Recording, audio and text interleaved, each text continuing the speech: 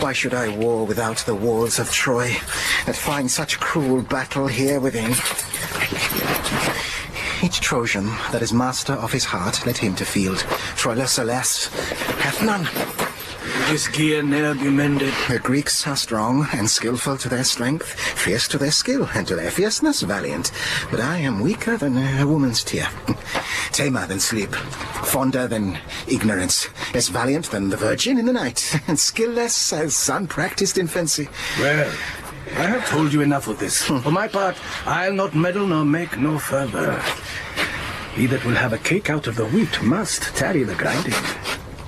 Have I not tarried? Aye, the grinding, but you must tarry the bolting. Have I not tarried? Aye, the bolting, but you must tarry the leavening. Still have I tarried. Aye, to the leavening, but here's yet in the word hereafter, the kneading. Oh. The making of the cake, the heating of the oven, and the baking.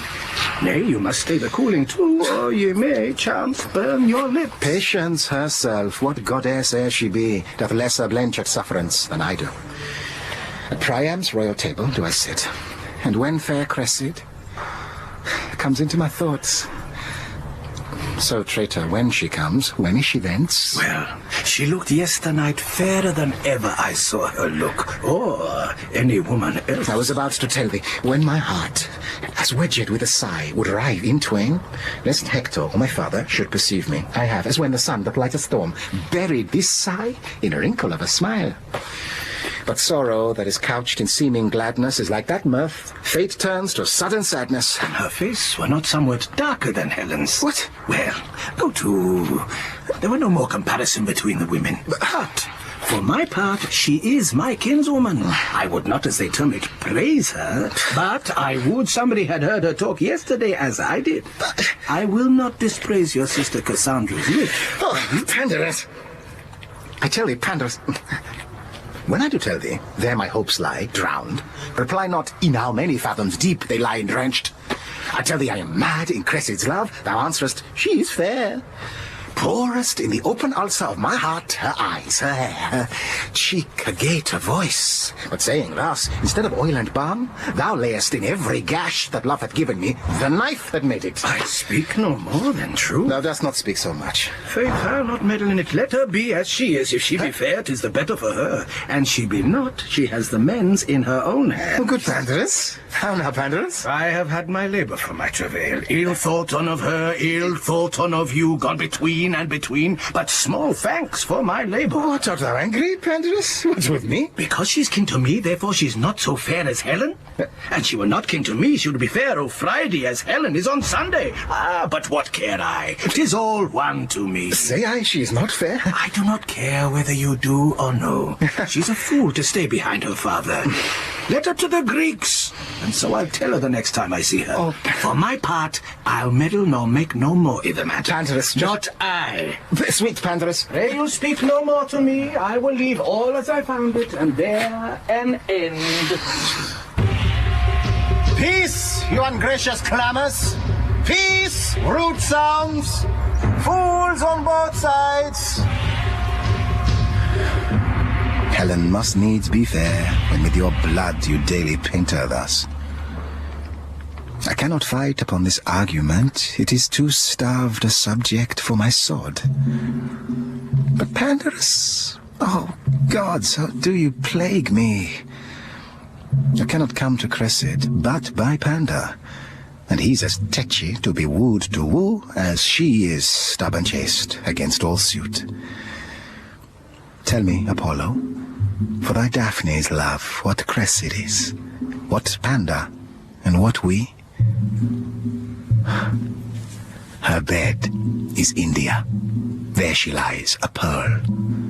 Between our Ilium and where she resides, let it be called the wild and wandering flood, ourself the merchant, and this sailing Pandar, our doubtful hope, our convoy, and our bark. How now, Prince Troilus? Wherefore not afield? Because not there. This woman's answer sorts, for womanish it is to be from thence. What news, Aeneas, from the fields today? That Paris is returned home unhurt. By whom, Aeneas? Troilus, by Menelaus.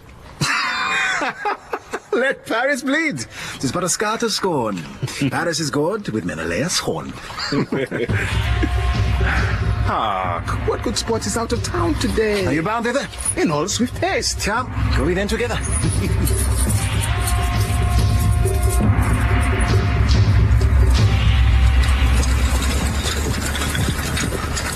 Who are those went by?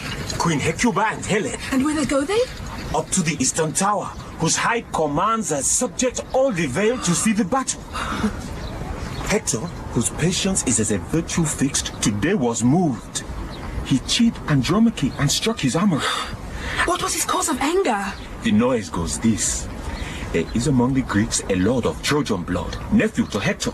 They call him Ajax. Good. And what of him? And they say he's a very man per se and stands alone. So do all men, unless they are drunk, sick, or have no legs. This man, lady, has robbed many beasts of their particular editions. He is as valiant as the lion, churlish as the bear, slow as the elephant. A man into whom nature has so crowded humors that his valor is crushed into folly, his folly sauced with discretion. There is no man had a virtue that he hath not a glimpse of, nor any man an taint but he carries some stain of it. But how should this man that makes me smile make Hector angry? They say he yesterday caught Hector in battle and struck him down. The disdain and shame whereof had ever since kept Hector fasting and waiting. Tomorrow, my lord. Who comes here? Madame, your uncle Pandarus, Hector's a gallant man. as may be in the world, lady. What's that? What's that? Good morrow, Uncle Pandarus. Good morrow, cousin Cressida. What do you talk of? Good morrow, Alexander. My lord. How do you, cousin? When were you at Ilium? This morning, Uncle. Leave us, Alexander. My lady? What were you talking of when I came? Was Hector armed and gone ere you came to Ilium? Helen was not up, was she? Hector was gone, but Helen was not up. And so, Hector was stirring early. That were we talking of, and of his anger. Was he angry? So says Alexander. True. He was so. I know the cause, too. He'll lay about him today, I can tell them that. And this Troilus will not come far behind him. Let them take heed of Troilus, I can tell them that, too. What, is he angry too? Oh, Troilus? Troilus is the better man of the two. Oh, Jupiter, there's no comparison. What? Not between Troilus and Hector? Do you know a man if you see him? If I ever saw him before, I knew him. Well, I say Troilus is Troilus. Then you say as I say, for I'm sure he's not Hector. No, Hector is not Troilus in some degrees. 'Tis just to each of them. He is himself. Himself? Alas, poor Troilus, I would he were. So he is. Condition I had gone barefoot to India. He's not Hector. Himself? No, he's not himself. Would a were himself, huh? Well, Troilus, well, I would my heart were in her body. No, Hector is not a better man than Troilus. Excuse me? He is elder. Pardon me. Troilus has not come to it. You shall tell me another tale when Troilus comes to it. Hector shall not have his wit this year. He shall not need it if he have his own. Nor his qualities. No matter. Nor his beauty. It would not become him his own's better. You have no judgment, niece. I swear to you, I think Helen loves him better than Paris. Then she's a merry Greek indeed. Well, cousin, I told you a thing yesterday. Think on't. So I do. I'll be sworn 'tis true. He will weep you, and 'twere a man born in April. And I'll spring up in his tears and 'twere nettle against May. Hark! They are coming from the field. Shall we stand up there and see them as they pass towards Ilium? Goodness, do, sweet niece Cressida. At your pleasure.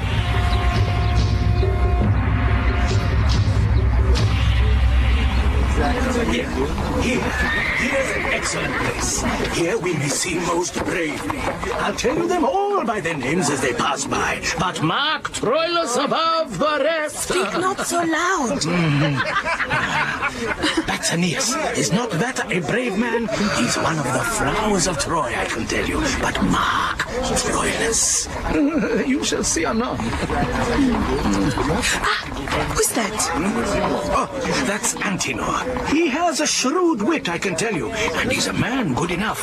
He's one of the soundest judgments in Troy whosoever, and a proper man of person. Oh, when comes Troilus? I'll show you Troilus anon.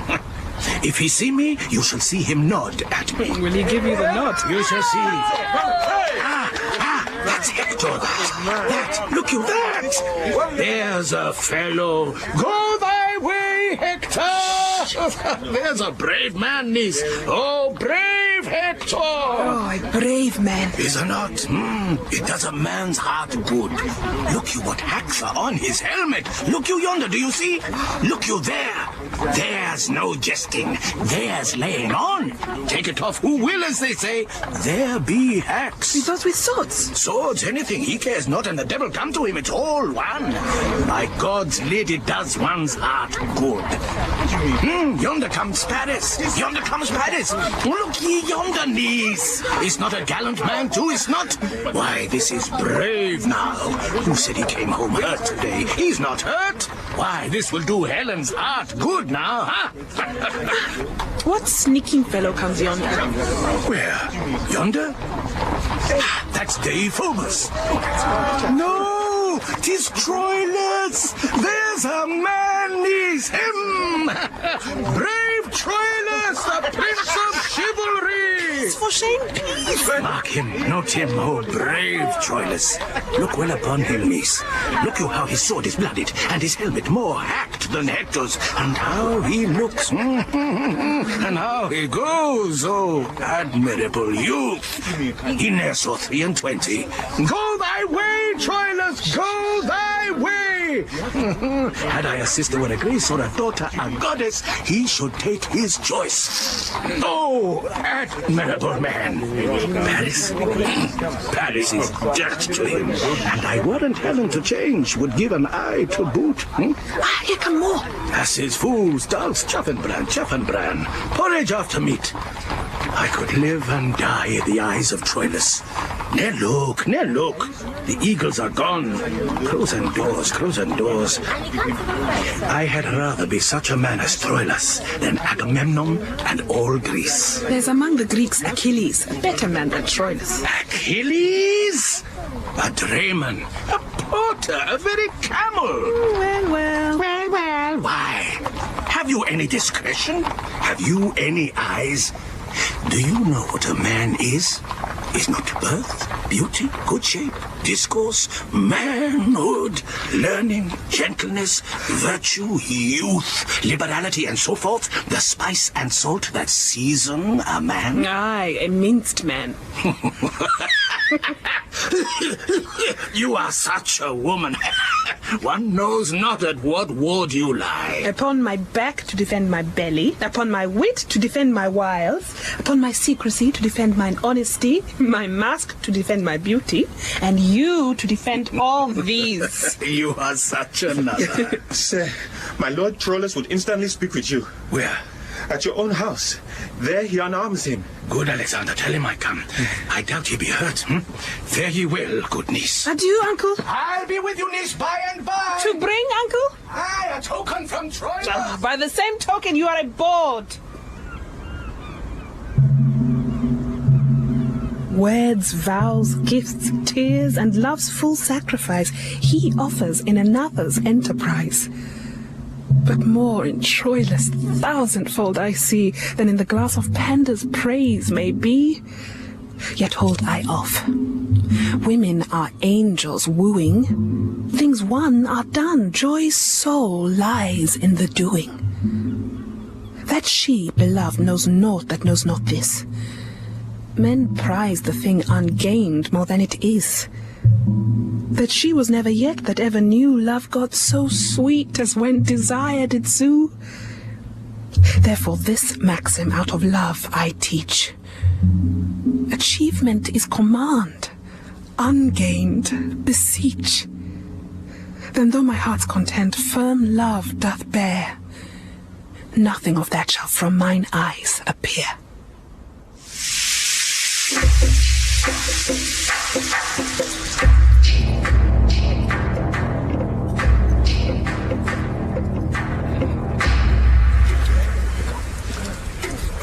Princes, what grief hath set the jaundice on your cheeks? The ample proposition that hope makes in all designs begun on earth below fails in the promised largeness. Checks and disasters grow in the veins of actions highest reared. No, princes, is it matter new to us that we come short of our suppose so far that after 7 years' siege yet Troy walls stand? Why then, you princes, do you with cheeks abashed behold our works and think them shames? Which are indeed naught else but the protracted trials of great Jove to find persistive constancy in men. With due observance of thy godly seat, great Agamemnon, Nestor shall apply thy latest word. In the reproof of chance lies the true proof of men. The sea being smooth, how many shallow bauble boats dare sail upon her patient breast, making their way with those of nobler bulk? But let the ruffian Boreas once enrage the gentle Thetis, and anon behold the strong-ribbed bark through liquid mountains cut, bounding between the two moist elements like Perseus' horse. Where's then the saucy boat whose weak untimbered sides but even now co-rival greatness, either to harbour fled or made a toast for Neptune? Even so doth valour's show and valour's worth divide in storms of fortune. Agamemnon, thou great commander, nerve and bone of Greece, heart of our numbers, soul and only spirit, in whom the tempers and the minds of all should be. Shut up! Hear what Ulysses speaks. Besides the applause and approbation the which I give to both your speeches, which were such as Agamemnon every hand of Greece should hold up high in brass, and such again as venerable Nestor, hatched in silver, should with a bond of air strong as the axle tree on which the heavens ride, knit all Greeks' ears to his experienced tongue. Yet let it please both, thou great and wise, to hear Ulysses speak. Speak, Prince of Ithaca. Troy, yet upon his basis, had been down, and the great Hector's sword had lacked a master. But for these instances, the specialty of rule hath been neglected. And look how many Grecian tents do stand hollow upon this plain, so many hollow factions.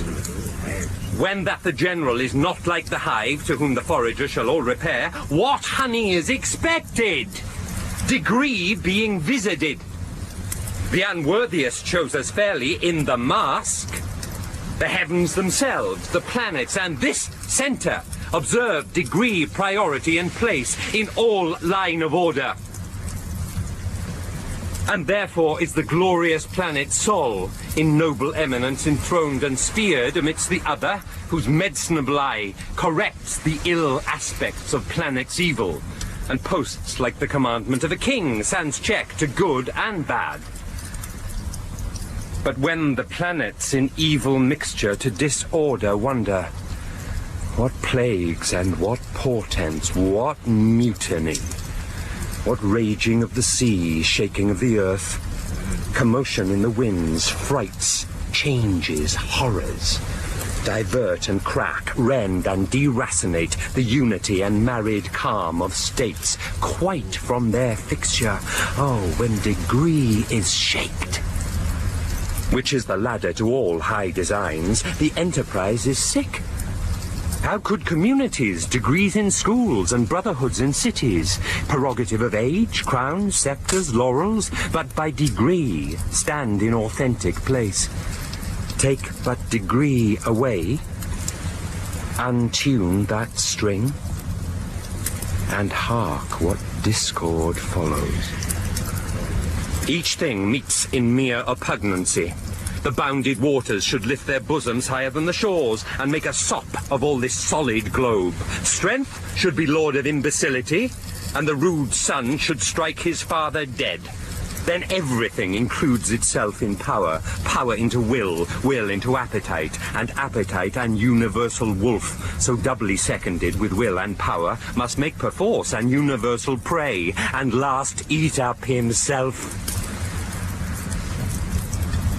Great Agamemnon, this chaos when degree is suffocate follows the choking. And this neglection of degree it is that by a pace goes backward in a purpose it hath to climb.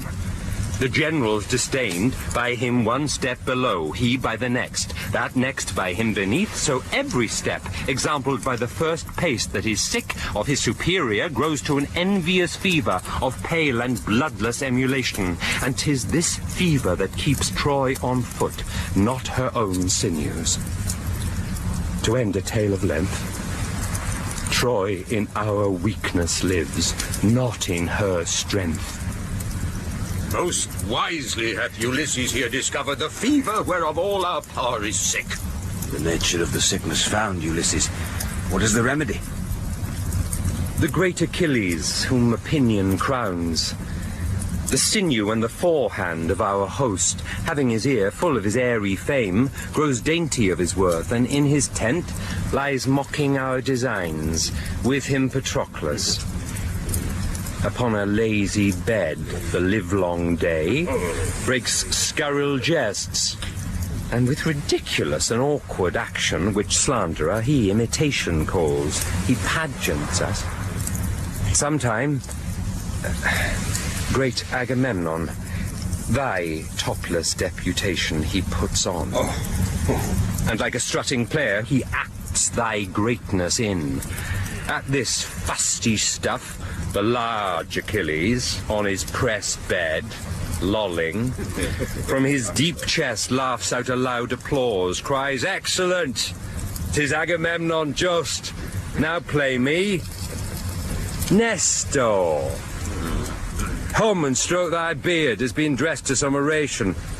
And then, forsooth, the faint defects of age must be the scene of mirth. To cough and spit, and with a palsy fumbling on his gorget, shake in and out the rivet, and at this sport Sir Valor dies, cries, "Oh, enough, Patroclus, so give me ribs of steel, I shall split all in pleasure of my spleen." And in this fashion, all our abilities, gifts, natures, shapes, success or loss, what is or is not, serves as stuff for these two to make paradoxes. And in imitation of these twain, who, as Ulysses says, opinion crowns with an imperial voice, many are infect. Ajax is grown self-willed and bears his head in such array, in full as proud a place as broad Achilles. Keeps his tent like him, makes factious feasts, rails on our state of war, bold as an oracle, and sets Thersites, a slave whose gall coins slanders like a mint, to match us in comparison with dirt, to weaken and discredit our exposure, how rank soever rounded in with danger. They tax our policy and call it cowardice, count wisdom as no member of the war, forestall prescience and esteem no act but that of hand. The still and mental parts, that to contrive how many hands shall strike when fitness calls them on, and know by measure of their observant toil the enemy's weight, why this hath not a finger's dignity. What trumpet? Look, Menelaus. From Troy. What would you for our tent? Is this great Agamemnon's tent, I pray you? Even this. May one that is a herald and a prince to a fair message to his kingly ear. With surety stronger than Achilles' arm, for all the Greekish heads, which with one voice call Agamemnon head and general. Fair leave and large security. How may a stranger to those most imperial looks know them from eyes of other mortals? How? I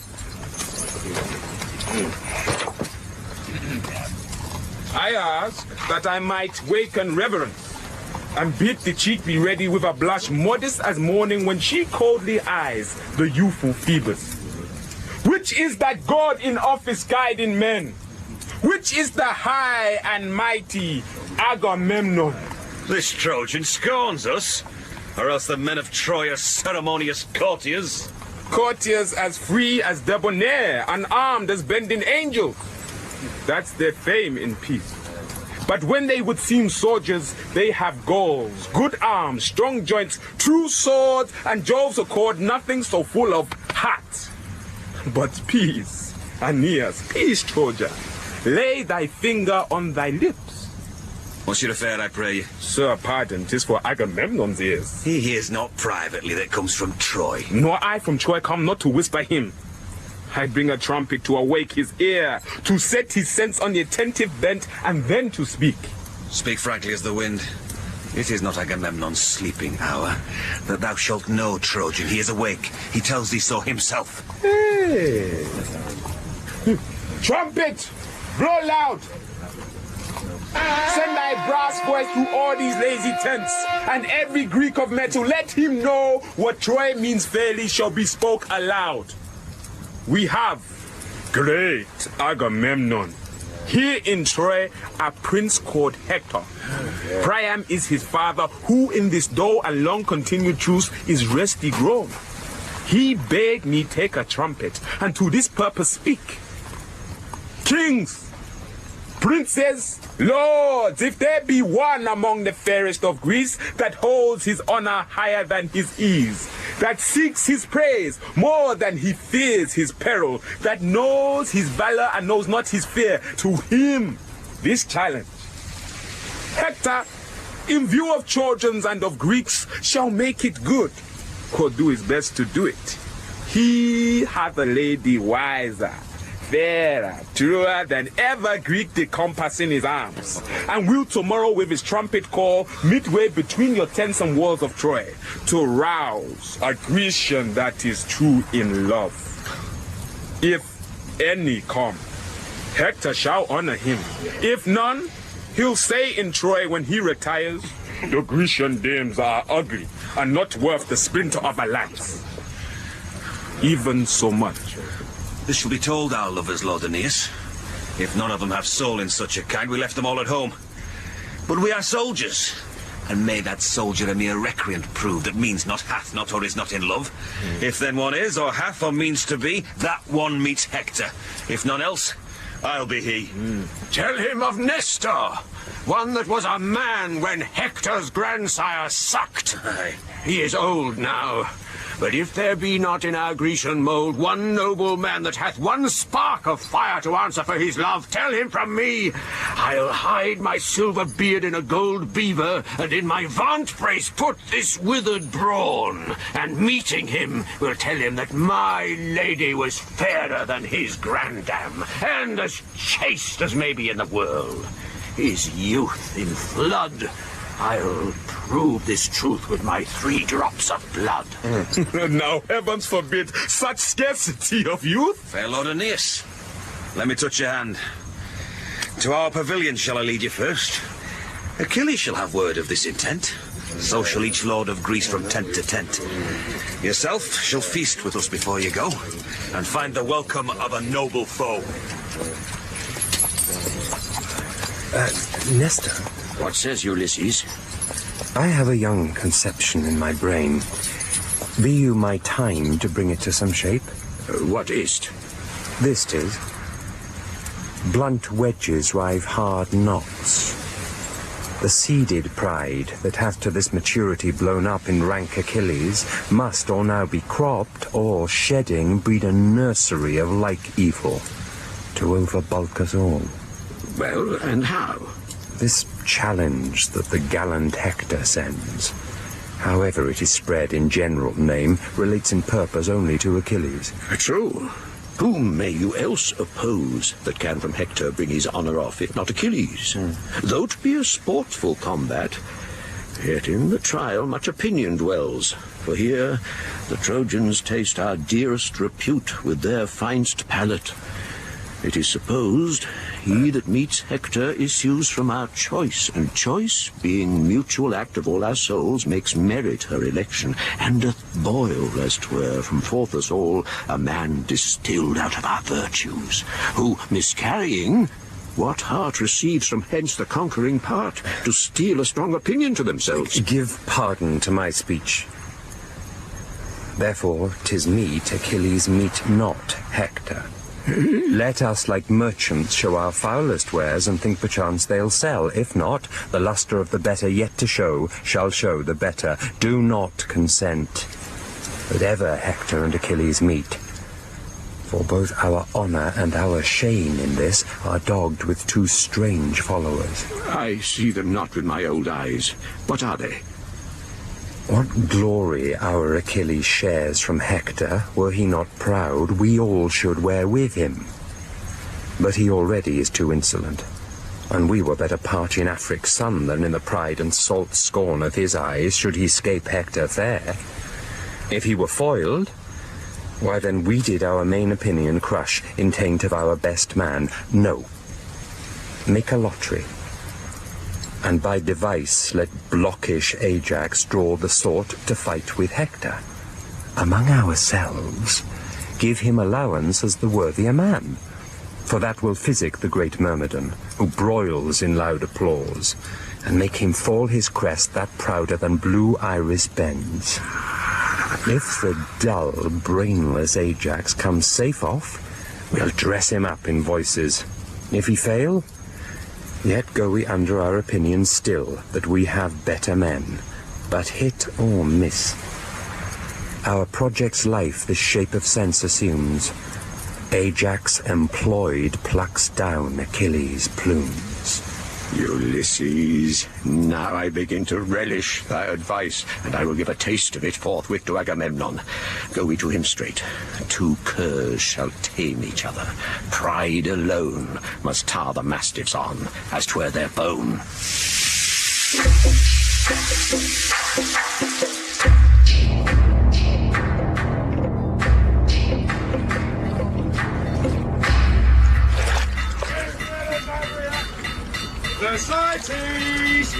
Agamemnon. How if he had boils full, all over, generally? And those boils did run, say so. Did not the general run then? Were not that a botchy call? Then would come some matter from him. I see none now. Thou bitch wolf's son, canst thou not hear? Feel them. Plague of grease upon thee, thou mongrel beef-witted lord. Speak then, thou thief Slevin, speak, I will beat thee into handsomeness. I shall sooner rail thee into wit and holiness, but I think thy horse will sooner con an oration than thou learn a prayer without book. Stole, learn me the proclamation. Dost thou think I have no sense? Thou strikest me thus? The proclamation. Thou art proclaimed a fool, I think. Do not, porcupine, do not, my fingers itch. I would thou didst itch from head to foot, and I had the scratching of thee, I would make thee the loathsomest scab in Greece. I say the proclamation. Thou grumblest and railest every hour on Achilles, and thou art as full of envy at his greatness as Cerberus is at Proserpina's beauty. Aye, that thou barkest at him. Mistress Thersites. Thou shouldst strike him. Cobloaf. He would pun thee into shivers with his fist as a sailor breaks a biscuit. You whore and cur. Do. Thou stool for a witch. Aye, do, thou sodden-witted lord. Thou hast no more brain than I have in mine elbows. Thou scurvy valiant ass. Thou art here but to thrash Trojans, and thou art bought and sold among those of any wit, like a barbarian slave. Thou thing of no bowels, thou. You dog! You scurvy lord! You cur! Ajax, wherefore do you thus? How now, Thersites, what's the matter, man? You see him there, do you, Achilles? Aye, what's the matter? Nay, look upon him. So I do. What's the matter? Nay, but regard him well. Well, why, I do so. But yet you look not well upon him, for whosoever you take him to be, he is Ajax. I know that, fool. Aye, but that fool knows not himself. Therefore I beat thee. Lo, what modicums of wit he utters. His evasions have ears thus long. I've bobbed his brain more than he has beat my bones. This lord Achilles, Ajax, who wears his wit in his belly and his guts in his head, I'll tell you what I say of him. What? I say this Ajax has good not Ajax. so much wit Nay, I must hold you. as will stop the eye of Helen's needle for whom he comes to fight. Peace, fool. I would have peace and quietness, but the fool will not. He there, that he. Look you there. Oh, thou damned cur, I shall... Will you set your wit to a fool? No, I warrant you, for a fool's will shame it. Good words, Thersites. What's the quarrel? I bade the vile owl go learn me the tenor of the proclamation, and he rails upon me. I serve thee not. Well, go to. I serve here voluntary. Your last service was sufferance. 'Twas not voluntary. No man is beaten voluntary.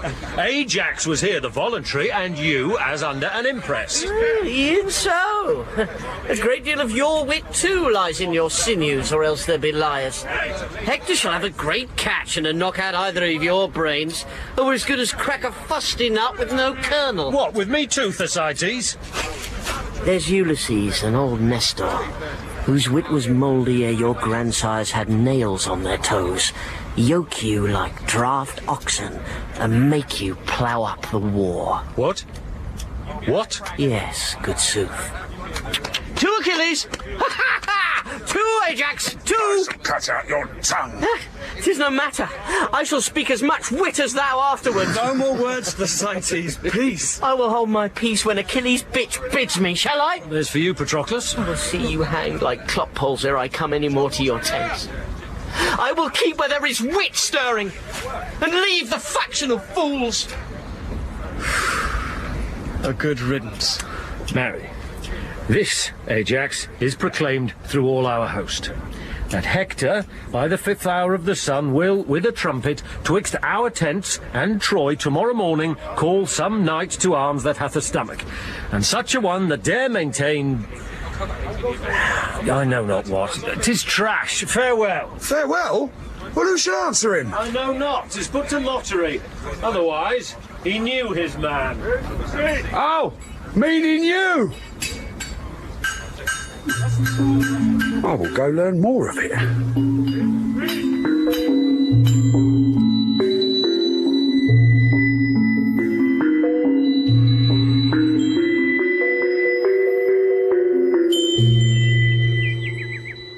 After so many hours, lives, speeches spent, thus once again says Nestor from the Greeks, deliver Helen, and all damage else, as honor, loss of time, travail, expense, wounds, friends, and what else dear that is consumed in hot digestion of this cormorant war, shall be struck off. Hector, what say you to it? Though no man lesser fears the Greeks than I, as far as toucheth my particular, yet, dread Priam, there is no lady of more softer bowels, more spongy to suck in a sense of fear, more ready to cry out who knows what follows than Hector is. The wound of peace is surety, surety secure, but modest doubt is called the beacon of the wise, the tent that searches to the bottom of the worst. Let Helen go. Since the first sword was drawn about this question, every tight soul amongst many thousand dimes hath been as dear as Helen. I mean of ours. If we have lost so many tenths of hours to guard a thing not ours nor worth to us, had it our name, the value of 1/10, what merits in that reason which denies the yielding of her up? Fie, my brother. Weigh you the worth and honor of a king so great as our dread father in a scale of common ounces? Fie, for godly shame. No marvel, though, you bite so sharp at reasons. You are so empty of them. You are for dreams and slumbers, brother Helenus. You fur your gloves with reason. Here are your reasons. You know an enemy intends you harm. You know a sword employed is perilous. And reason flies the object of all harm. Troilus. Nay, if we talk of reason, let's shut our gates and sleep. Manhood and honor should have hare hearts, would they but fat their thoughts with this crammed reason. Reason and respect make livers pale, and lustihood deject. Brother, she is not worth what she doth cost the keeping. What is aught but as 'tis valued? But value dwells not in particular will. It holds its estimate and dignity as well wherein 'tis precious of itself as in the prizer. 'Tis mad idolatry to make the service greater than the god. I take today a wife. And my election is led on in the conduct of my will. My will, enkindled by mine eyes' ideas, to trade it pilots twixt the dangerous shores of will and judgment. How may I avoid, although my will distaste what it elected, the wife I chose? There can be no evasion to blench from this, and to stand firm by honor. We turn not back the silks upon the merchant when we have soiled them. It was thought meet Paris should do some vengeance on the Greeks. Your breath of full consent bellied his sails. And for an old aunt whom the Greeks held captive, he brought a Grecian queen whose youth and freshness wrinkles Apollo's and makes stale the morning. Why keep we her? The Grecians keep our aunt. Is she worth keeping? Why, she is a pearl whose price hath launched above 1,000 ships and turned crowned kings to merchants. If you'll avouch 'twas wisdom, Paris went, as you must needs, for you all cried, "Go, go!" If you confess he brought home noble prize, as you must needs, for you all clapped your hands and cried, "Oh, inestimable!" Why do you now the issue of your proper wisdoms rate, and do a deed which fortune never did? Beggar the estimation which you prized, richer than sea and land. Oh, theft most base, that we have stolen what we do fear to keep. What noise, what shriek is this? It is our mad sister. Cry, Trojan! It is Cassandra. Lend me 10,000 eyes, and I will fill them with profusion. Peace, daughter, peace! Some boy aged and wrinkled old, soft infancy, that nothing can but cry, add to my clamor. Troy must not be, nor goodly Ilium stand. Our fire-brand brother Paris burns us all. Cry, Trojans! Cry! Helen in a woe! Cry, cry! Troy burns! Or else let Helen go! Now, youthful Troilus, do not these high strains of divination in our sister work some touches of remorse? Or is your blood so madly hot that no discourse of reason, nor fear of bad success in a bad cause can qualify the same? Why, Brother Hector, we may not think the justness of each act such and no other than the event doth form it, nor once deject the courage of our minds because Cassandra's mad. Her brain-sick raptures cannot distaste the goodness of a quarrel which hath our several honours all engaged to make it gracious.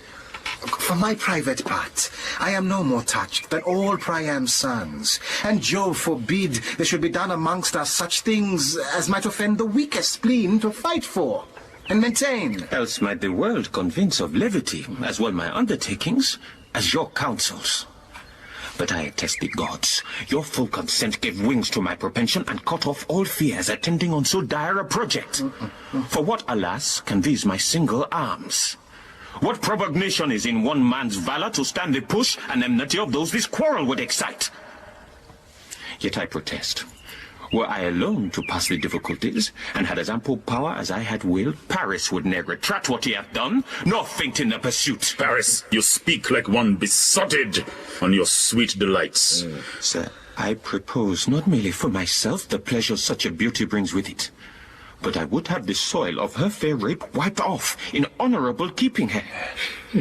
What treason were it to the ransacked queen, disgrace to your great worths, and shame to me, now to deliver her possession upon terms of base compulsion?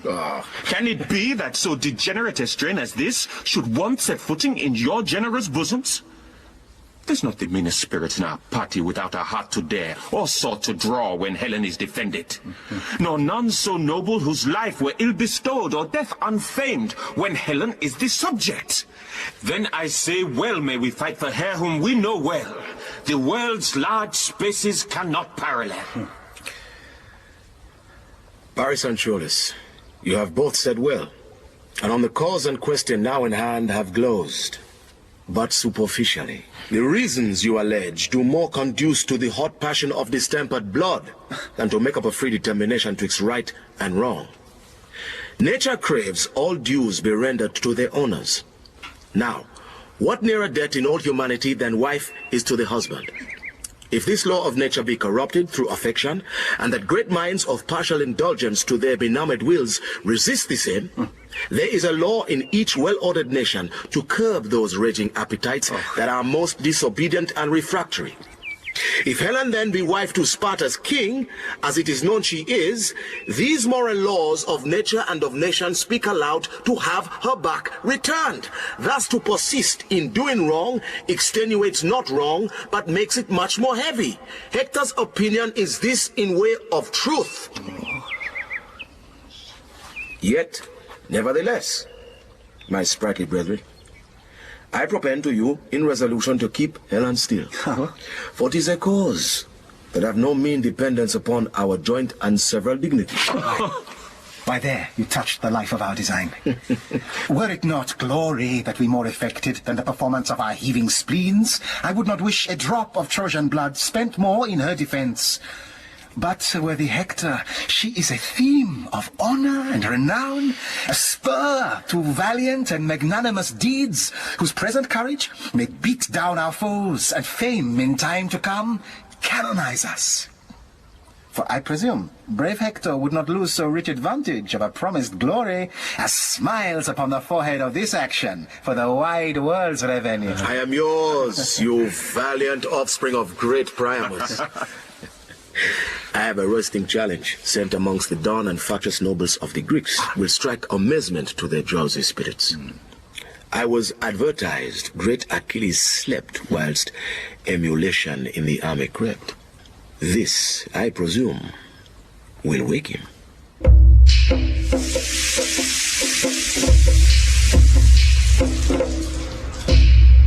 How now, Thersites? What, lost in the labyrinth of thy fury? Shall the elephant Ajax carry it thus? He beats me, and I rail at him. Oh, worthy satisfaction! Would it were otherwise, that I could beat him whilst he railed at me. But I'll learn to conjure and raise devils, but I'll see some issue of my spiteful execrations. Then there's Achilles, a rare engineer. If Troy be not taken till these two undermine it, the walls will stand until they fall of themselves.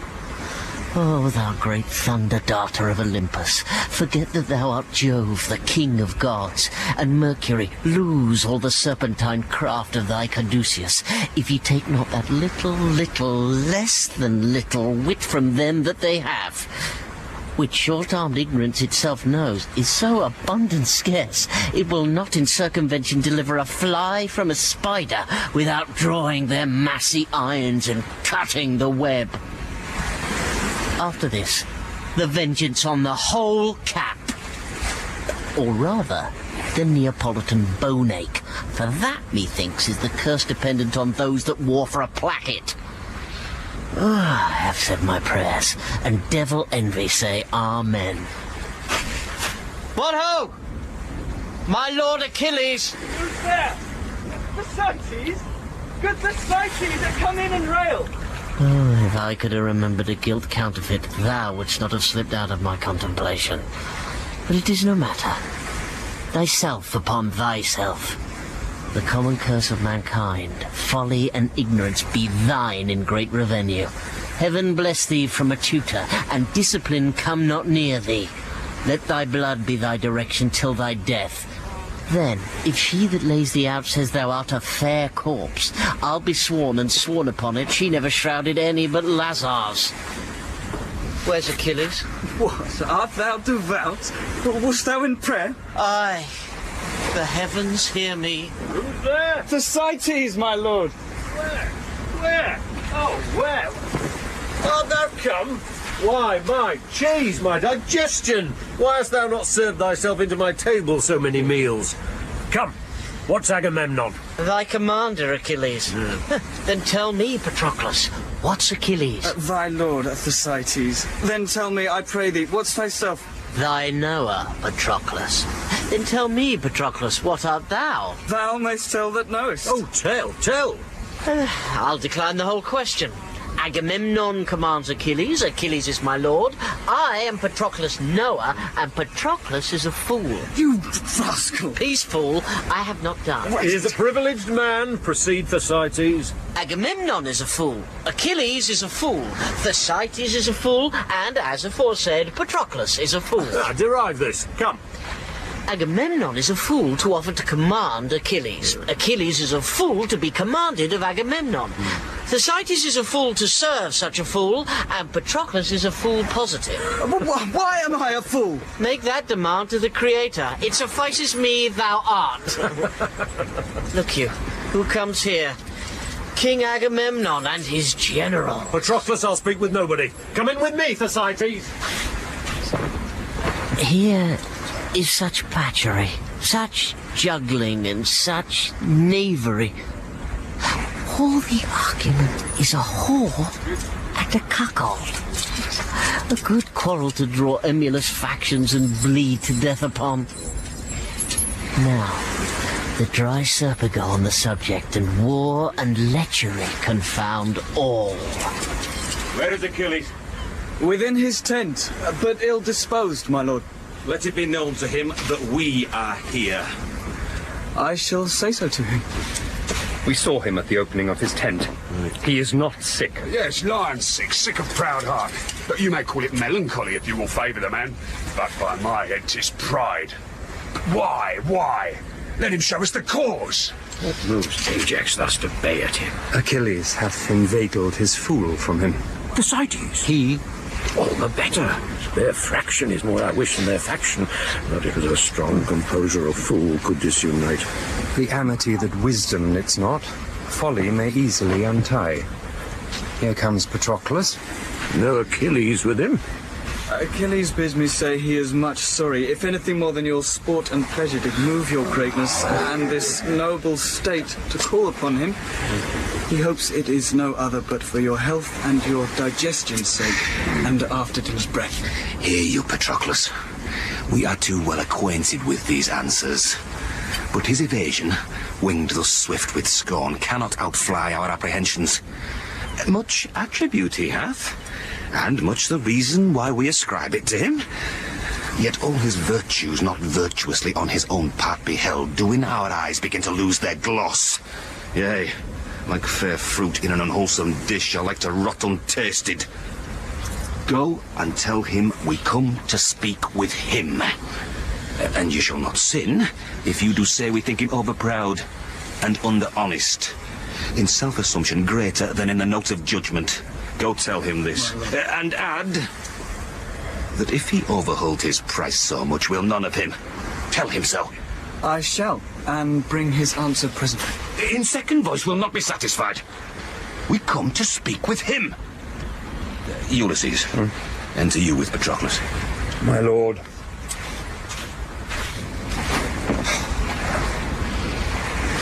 What is he more than another? No more than what he thinks he is. Is he so much? Do you not think he thinks himself a better man than I am? No question. Will you subscribe his thought and say he is? No, noble Ajax. You are as strong, as valiant, as wise, no less noble, much more gentle, and altogether more tractable. Why should a man be proud? How doth pride grow? I know not what pride is. Your mind is the clearer, Ajax, and your virtues the fairer. He that is proud eats up himself. Pride is his own glass, his own trumpet, his own chronicle. And whatever praises itself but in the deed, devours the deed in the praise. I do hate a proud man as I hate the engendering of toads. Yet he loves himself, is not strange. Achilles will not to the field tomorrow. What's his excuse? He doth rely on none, but carries on the stream of his dispose, without observance or respect of any, in will peculiar and in self-admission. Why will he not, upon our fair request, untent his person and share the air with us? Things small as nothing, for request's sake only, he makes important. Possessed he is with greatness, and speaks not to himself, but with a pride that quarrels at self-breath. Imagined worth holds in his blood such swollen and hot discourse, that twixt his mental and his active parts, kingdomed Achilles in commotion rages, and batters down himself. What should I say? He is so plaguy proud that the death tokens of it cry no recovery. Let Ajax go to him. Oh, Agamemnon, let it not be so. We'll consecrate the steps that Ajax makes when they go from Achilles. Shall the proud lord that bastes his arrogance with his own seam, and never suffers matter of the world, enter his thoughts, save such as do revolve and ruminate himself? Shall he be worshipped? Of that we hold an idol more than he? No. This thrice worthy and right valiant lord must not so stale his palm, nobly acquired, nor by my will subjugate his merit, as amply titled as Achilles is, by going to Achilles. That were to enlarge his fat already pride. This lord go to him, Jupiter forbid, and say in thunder, Achilles go to him. Oh, this is well he rubs the vein of him. Now his silence drinks up this applause. If I go to him with my own fist, I'll pash him over the face. Oh no, you shall not go. And to be proud with me, I'll feeze his pride. Let me go to him. Not for the worth that hangs upon our quarrel. A paltry, insolent fellow. How he describes himself. Can he not be sociable? The raven chides blackness. I'll let his humour's blood. He's not yet too warm. Force him with praises. Pour in, pour in. Here is a man. But 'tis before his face, I will be silent. Wherefore should you so? He is not emulous, as Achilles is. No, the whole world, he is as valiant. A horse and dog that shall pelter thus with us. Would he were a Trojan. What advice were it in Ajax now? If he were proud. Or covetous of praise. Aye, or surly born. Or strange. Or self-affected. Thank the heavens, Ajax. Thou art of sweet composure. Praise him that got thee, she that gave thee suck. Famed be thy tutor and thy parts of nature, thrice famed beyond all erudition. But he that disciplined thine arms to fight, let Mars divide eternity in twain, and give him half. And for thy vigour, bull-bearing Milo his addition yield, to sinewy Ajax. I will not praise thy wisdom, which, like a bourne, a pale, a shore, confines thy spacious and dilated parts. Here's Nestor, instructed by the antiquary times, he must, he is, he cannot but be wise. But pardon, Father Nestor, were your days as green as Ajax and your brains so tempered, you should not have the eminence of him, but be as Ajax. Shall I call you father? Aye, my good son. Be ruled by him, Lord Ajax. There is no tarrying here. The heart, Achilles, keeps thicket. Please it our great general to call together all his state of war. Fresh kings are come to Troy. Tomorrow, we must with all our main of power stand fast. And here's a lord. Come knights from east to west, and cull their flower, Ajax shall cope the best. Go with the council. Let Achilles sleep. Like boats sail swift, though greater hulks draw deep.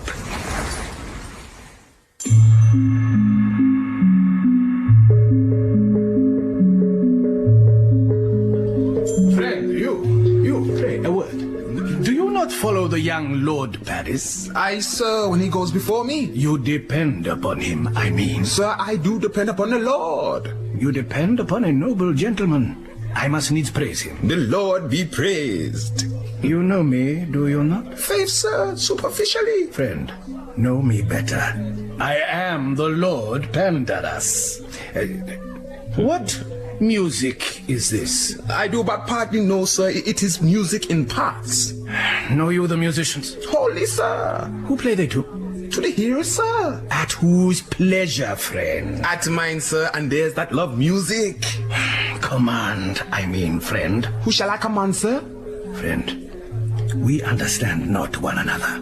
I am too courtly, and thou art too cunning. At whose request do these men play? That's to it indeed, sir. Marry, sir, at the request of Paris, my lord, who's there in person. With him, the mortal Venus, the heart, blood of beauty, love's visible soul. Who? My cousin Cressida? No, sir, Helen. It should seem, fellow, that thou hast not seen the Lady Cressida. I come to speak with Paris from the Prince Troilus. I will make a complimental assault upon him for my business seal.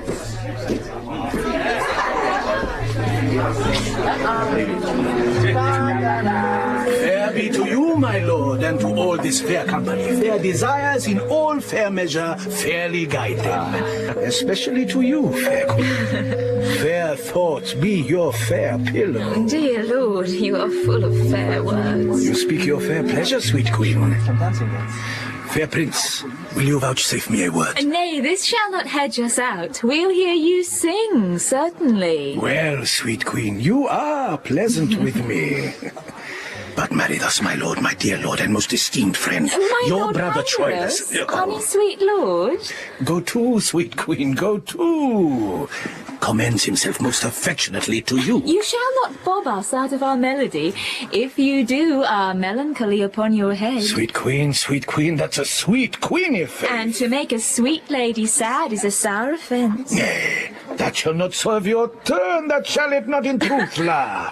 My lord, he desires you, that if the king call for him at supper, you will make his excuse. My Lord Pandarus? What says my sweet queen, my very, very sweet queen? What exploits in hand? Where sups he tonight? Nay, but my lord. What says my sweet queen? You must not know where he sups. I'll live my life with my desposa Cressida, eh? No such matter. You are wise. I spy. You spy? What do you spy? My lord. My niece is horribly in love with the thing you have, sweet queen.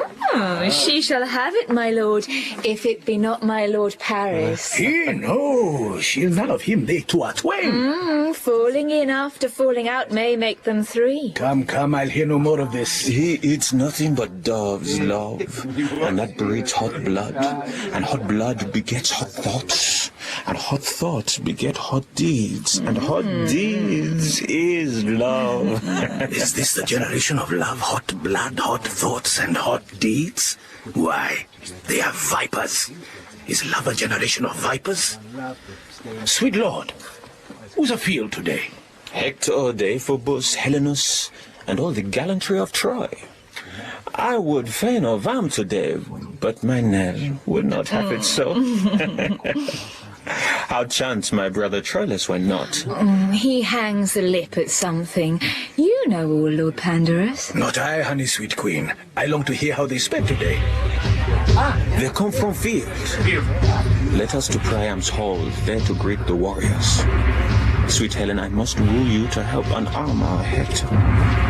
His stubborn buckles with these your white enchanting fingers touched shall more obey than to the edge of steel or force of Greekish sinews. You shall do more than all the island kings. Disarm great Hector.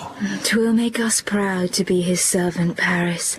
Yea, what he shall receive of us in duty gives us more palm in beauty than we have, yea, overshines ourself. Sweet, above thought, I love thee.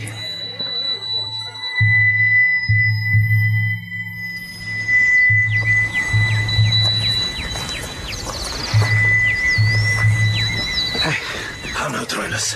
Have you seen my cousin Cressida? No, Pandarus. I stalk about her door, like a strange soul upon the Stygian banks, staying for waftage. Oh, be thou my Charon, and give me swift transportant to those fields where I may wallow in the lily beds proposed for the deserver.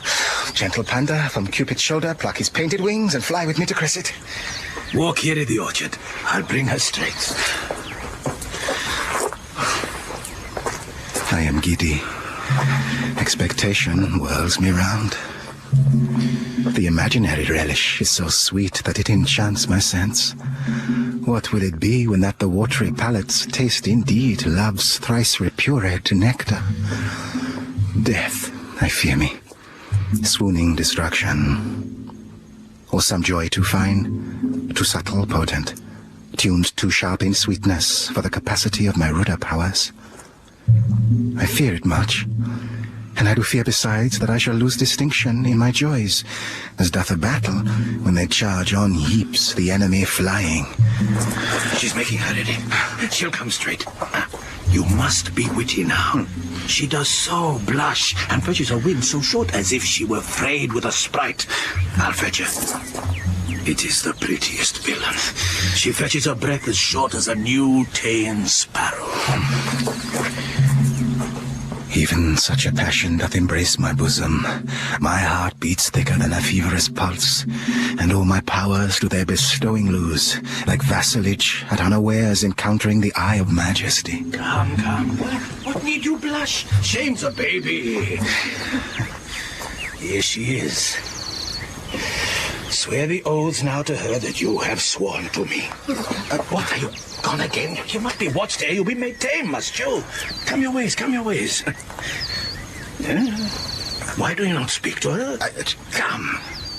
Draw aside this veil, and let's see your picture. Alas the day. How loath you are to offend daylight, and to a dark you'd close sooner. So, rub on, and kiss the mistress. Go to. You have bereft me of all words, lady. Words pay no debts. Give her deeds. But she'll bereave you of the deeds too if she call your activity in question. Come in. I'll go get a fire. Will you walk in, my lord? Oh, Cressida. How often have I wished me thus? Wished, my lord? The gods grant me all, my lord. What should they grant? What makes this pretty abruption? What to curious dreg espies my sweet lady in the fountain of our love? More dregs than water if my fears have eyes. Fears? Devils of cherubims. They never see, truly. Blind fear that seeing reason leads finds safer footing than blind reason stumbling without fear. To fear the worst oft cures the worst. Oh, let my lady apprehend no fear. In all Cupid's pageant, there is presented no monster. No, nothing monstrous, neither? Nothing. But our undertakings, when we vow to weep seas, live in fire, eat rocks, tame tigers, thinking it harder for our mistress to devise imposition enough than for us to undergo any difficulty imposed. This is the monstrosity in love, lady, that the will is infinite and the execution confined. That the desire is boundless and the act a slave to limit. They say all lovers swear more performance than they are able, and yet reserve an ability that they never perform, vowing more than the perfection of 10 and discharging less than the 10th part of 1. They that have the voice of lions and the act of hares, are they not monsters? Are they such? Such are not we. Praise us as we are tested. Allow us as we prove. Our head shall go bare till merit crown it. No perfection in reversion shall have a praise in present. We will not name desert before his birth, and being born, his addition shall be humble. Few words to fair faith. Troilus shall be such to Cressida, as what envy can say worst shall be a mock for his truth, and what truth can speak truest, not truer than Troilus. Will you walk in, my lord? Oh, what? Blushing still. Have you not done talking yet? Well, uncle, what folly I commit I dedicate to you. I thank you for that. If my lord get a boy of you, you'll give him me. Be true to my lord. If he flinch, chide me for it. You know now your hostages, your uncle's word and my firm faith. Boldness comes to me now and brings me heart. Prince Troilus, I have loved you night and day for many weary months. Why was my Cressida then so hard to win? Hard to seem one, but I was one, my lord, with the first glance that ever... Pardon me, if I confess much, you will play the tyrant. I love you now, but not till now, not so much, but I might master it. In faith, I lie. My thoughts were like unbridled children, grown too headstrong for their mother.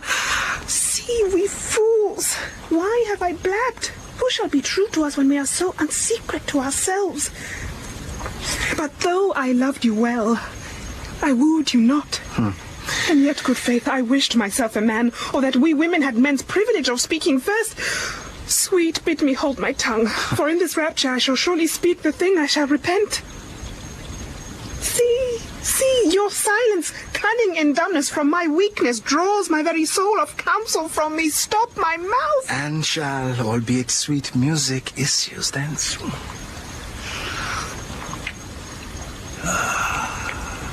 Pretty faith. My lord, I do beseech you, pardon me. 'Twas not my purpose thus to beg a kiss. I am ashamed. Oh, heavens, what have I done? For this time will I take my leave, my lord. Your leave, sweet Cressida? Leave, and you take leave till tomorrow morning. Pray you content you. What offends you, lady? Sir, mine own company. You cannot shun yourself. Let me go and try. I have a kind of self resides with you, but an unkind self that itself will leave to be another's fool. Where is my wit? I would be gone, I know not what I speak. Well know they what they speak, that speak so wisely. Perchance, my lord, I show more craft than love, and fell so roundly to a large confession to angle for your thoughts. But you are wise, or else you love not, for to be wise and love exceeds man's might. That dwells with gods above. Oh, that I thought it could be in a woman.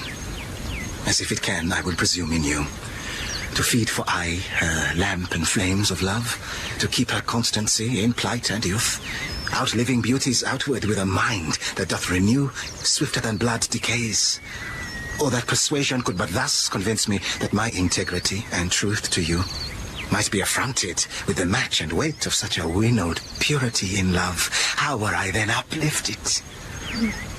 But alas, I am as true as truth's simplicity, and simpler than the infancy of truth. In that I'll war with you. Oh, virtuous fight, when right with right wars, who shall be most right? True swains in love shall in the world to come approve their truths by Troilus. When their rhymes, full of protest, of oath and big compare, want similes.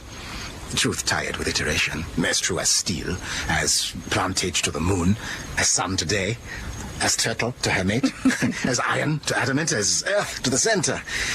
Yet, after all comparisons of truth, as truth's authentic author to be cited, as true as Troilus, shall crown up the verse and sanctify the numbers. Prophet may you be. If I be false, or swear the hair from truth, when time is old and hath forgot itself, when water drops have worn the stones of Troy, and blind oblivion swallowed cities up, and mighty states characterless are grated to dusty nothing, yet let memory, from false to false among false maids in love, upbraid my falsehood. When they've said, as false as air, as water, wind, or sandy earth, as fox to lamb, as wolf to heifer's calf, pard to the hind, or stepdame to her son. Yea, let them say to stick the heart of falsehood, as false as Cressida.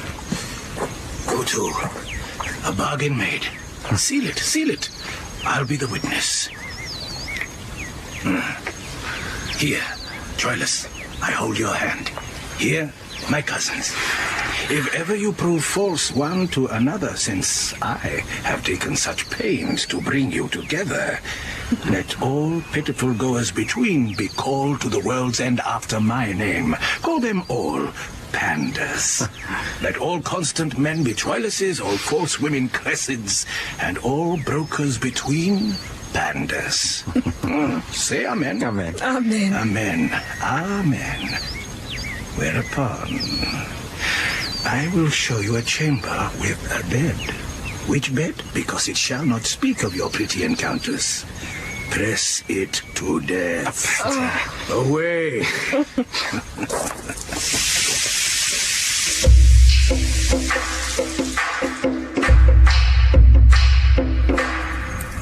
Now, princes, for the service I have done you, the advantage of the time prompts me aloud to call for recompense. Appear it to your mind that through the sight I bear in things to come, I have abandoned Troy, left my possessions, incurred a traitor's name, exposed myself from certain and possessed conveniences to doubtful fortunes, and here to do you service and become as new into the world, strange, unacquainted. I do beseech you, as in way of taste, to give me now a little benefit out of those many registered in promise, which you say live to come in my behalf. What wouldst thou, bush Trojan? Make demand. You have a Trojan prisoner called Antino, yesterday took. Troy holds him very dear. Often have you thanks, therefore, desired my crested in right great exchange, whom Troy hath still denied. But this Antino, I know, is such a rest in their affairs, that their negotiations all must slack, wanting his manage. And they will almost give us a prince of blood, a son of Priam, in change for him. Let him be sent, great princes, and he shall buy my daughter, and her presence shall quite strike off all service I have done in most accepted pay. Let Diomedes bear him, and bring us Cressida hither. Calchas shall have what he requests of us. Good Diomed, my lord. Furnish you fairly for this interchange. Withal, bring word if Hector will tomorrow be answered in his challenge. Ajax is ready. This shall I undertake. 'Tis a burden which I am proud to bear. Come, Calchas. Achilles stands in the entrance of his tent. Please it our general pass strangely by him as if he were forgot, and princes all lay negligent and loose regard upon him. I will come last. 'Tis like you'll question me why such unplausive eyes are bent on him. If so, I have derision medicinable to use between your strangeness and his pride, which his own will shall have desire to drink. It may do good.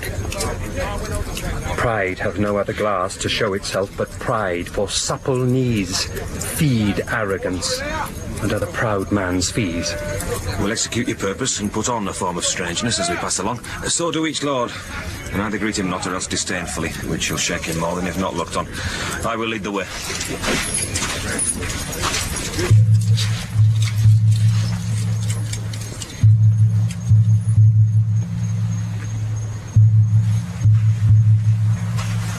What? Comes the general to speak with me? You know my mind. I'll fight no more against Troy. What says Achilles? Will he aught with us? Would you, my lord, aught with the general? No. Nothing, my lord. The better. Good day, good day. How do you? How do you? What? Does the cuckold scorn me? How now, Patroclus? Good morrow, Ajax. Huh? Good morrow. Aye, and good next day, too. What mean these fellows? Know they not Achilles? They passed by strangely. They were used to bend, to send their smiles before them to Achilles, to come as humbly as they used to creep to holy altars. What? Am I poor of late? 'Tis certain. Greatness, once fallen out with fortune, must fall out with men too. What the declined is, he shall as soon read in the eyes of others as feel in his own fall. For men, like butterflies, show not their mealy wings but to the summer, and not a man, for being simply man, hath any honour, but honour for those honours that are without him, as place, riches, and favour, prizes of accident as oft as merit, which, when they fall, as being slippery standers, the love that leaned on them as slippery too, do one pluck down another, and together die in the fall. But 'tis not so with me. Fortune and I are friends. I do enjoy at ample point all that I did possess, save these men's looks, who do, methinks, find out something not worth in me such rich beholding as they have often given. Here is Ulysses. I'll interrupt his reading. How now, Ulysses? Now, great Thetis' son. What are you reading?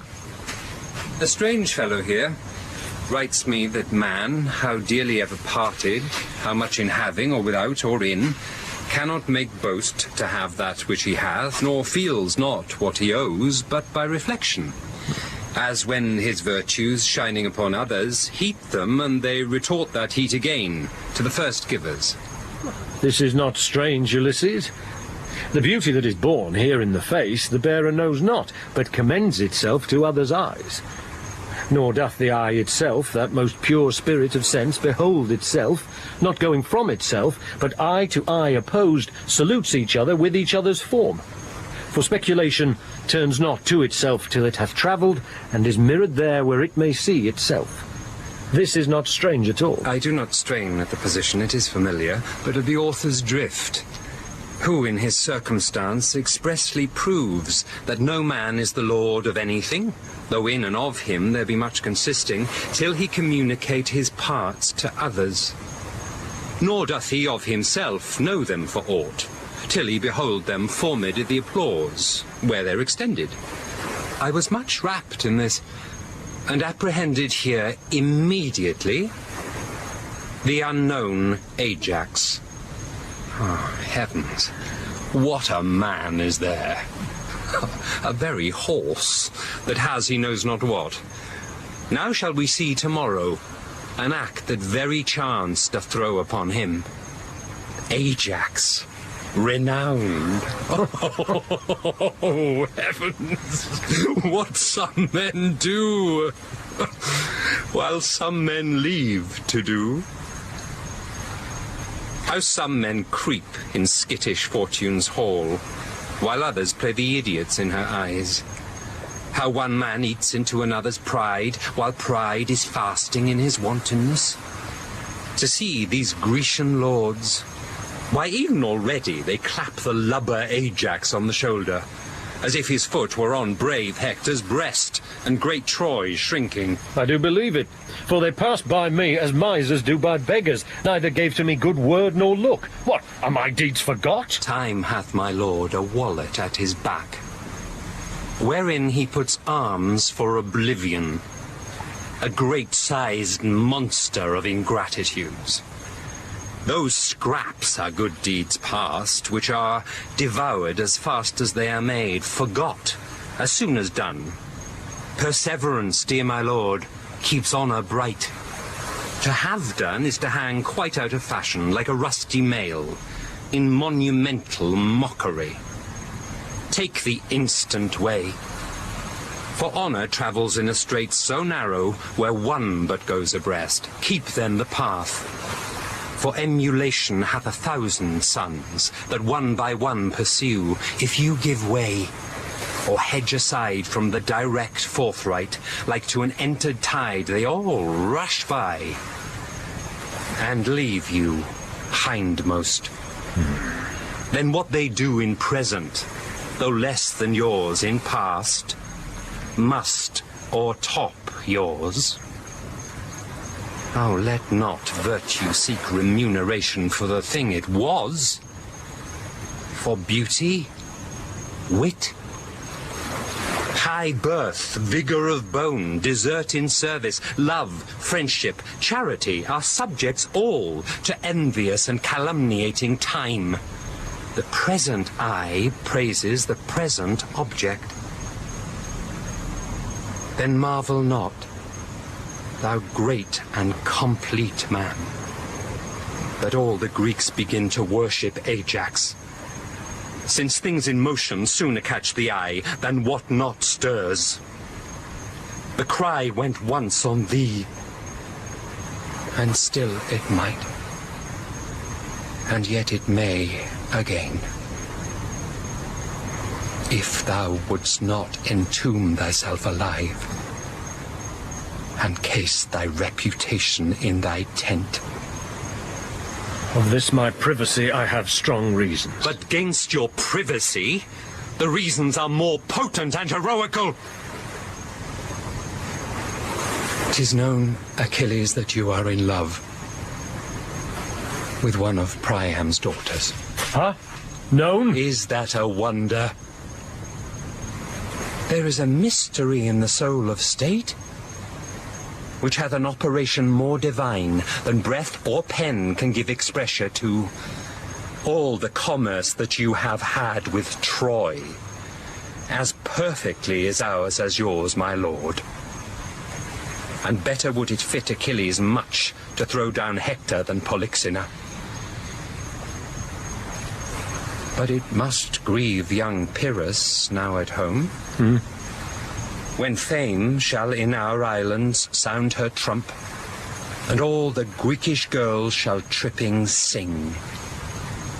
Great Hector's sister did Achilles win, but our great Ajax bravely beat down him.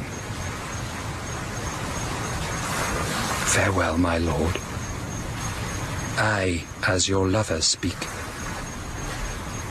The fool slides o'er the ice that you should break.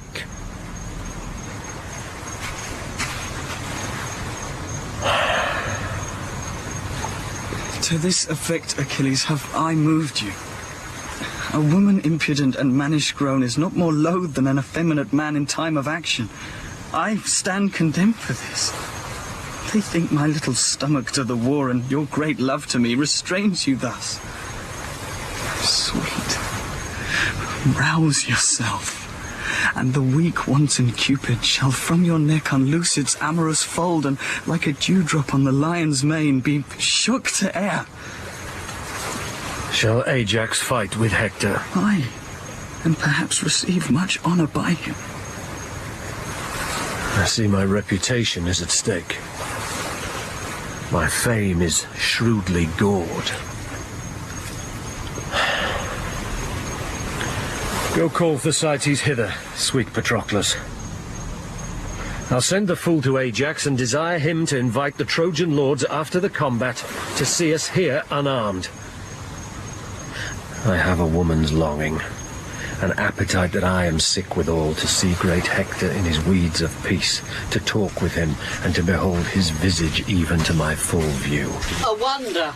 A labour saved. Ajax goes up and down the field asking for himself. How so? He must fight singly tomorrow with Hector, and is so prophetically proud of an heroical cudgelling that he raves in saying nothing.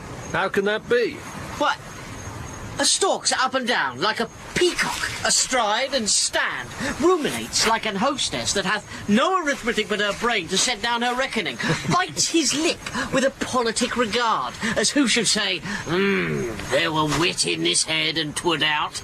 And so there is, but it lies as coldly in him as fire in a flint, which will not show without knocking. The man's undone forever.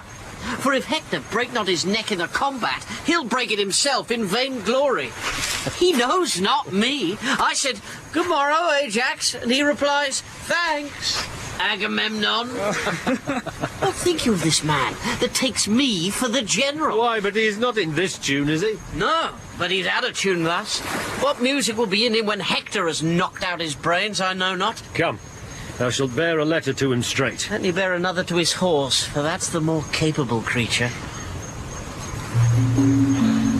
My mind is troubled, like a fountain stirred, and I myself see not the bottom of it. Fare you well, Thersites.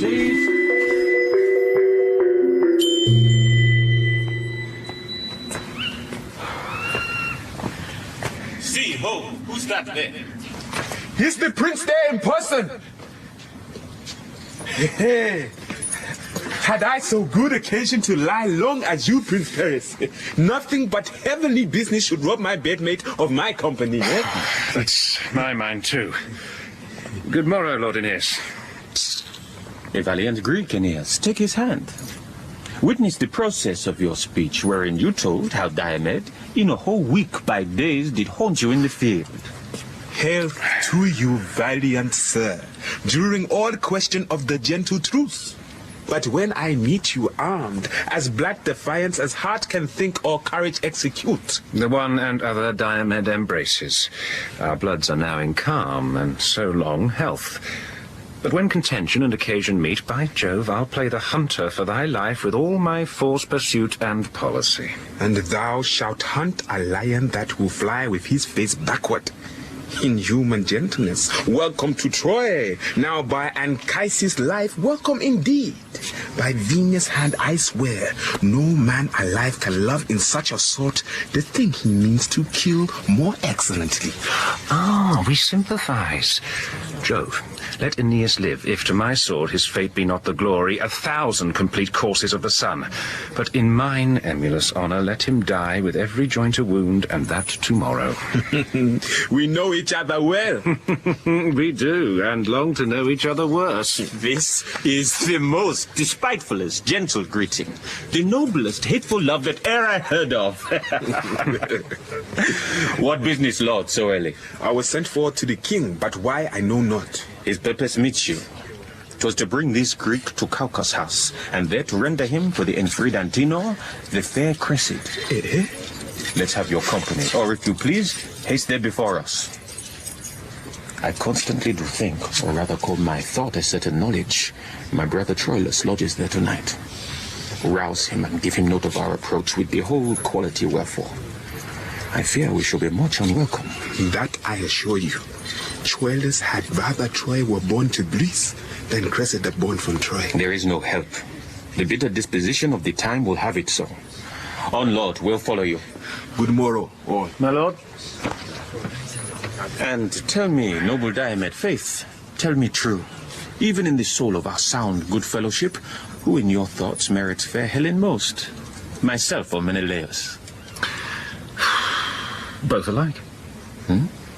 Well, he merits well to have her that doth seek her, not making any scruple of her soilure, with such a hell of pain and world of charge, and you as well to keep her, that defend her not palating the taste of her dishonour, with such a costly loss of wealth and friends. He, like a puling cuckold, would drink up the lees and dregs of a flat-tamed peace. You, like a lecher, out of whorish loins are pleased to breed out your inheritors. Both merits poised, each weighs nor less nor more, but he as he. Which heavier for a whore? You are too bitter to your countrywoman. She's bitter to her country. Hear me, Paris. For every false drop in her bawdy veins a Grecian's life hath sunk. For every scruple of her contaminated carrion weight a Trojan hath been slain. Since she could speak, she hath not given so many good words breath, as for her, Greeks and Trojans suffered death. Fair Diomed, you do as chapmen do. Dispraise the thing that you desire to buy. But we, in silence, hold this virtue well. We'll not commend what we intend to sell.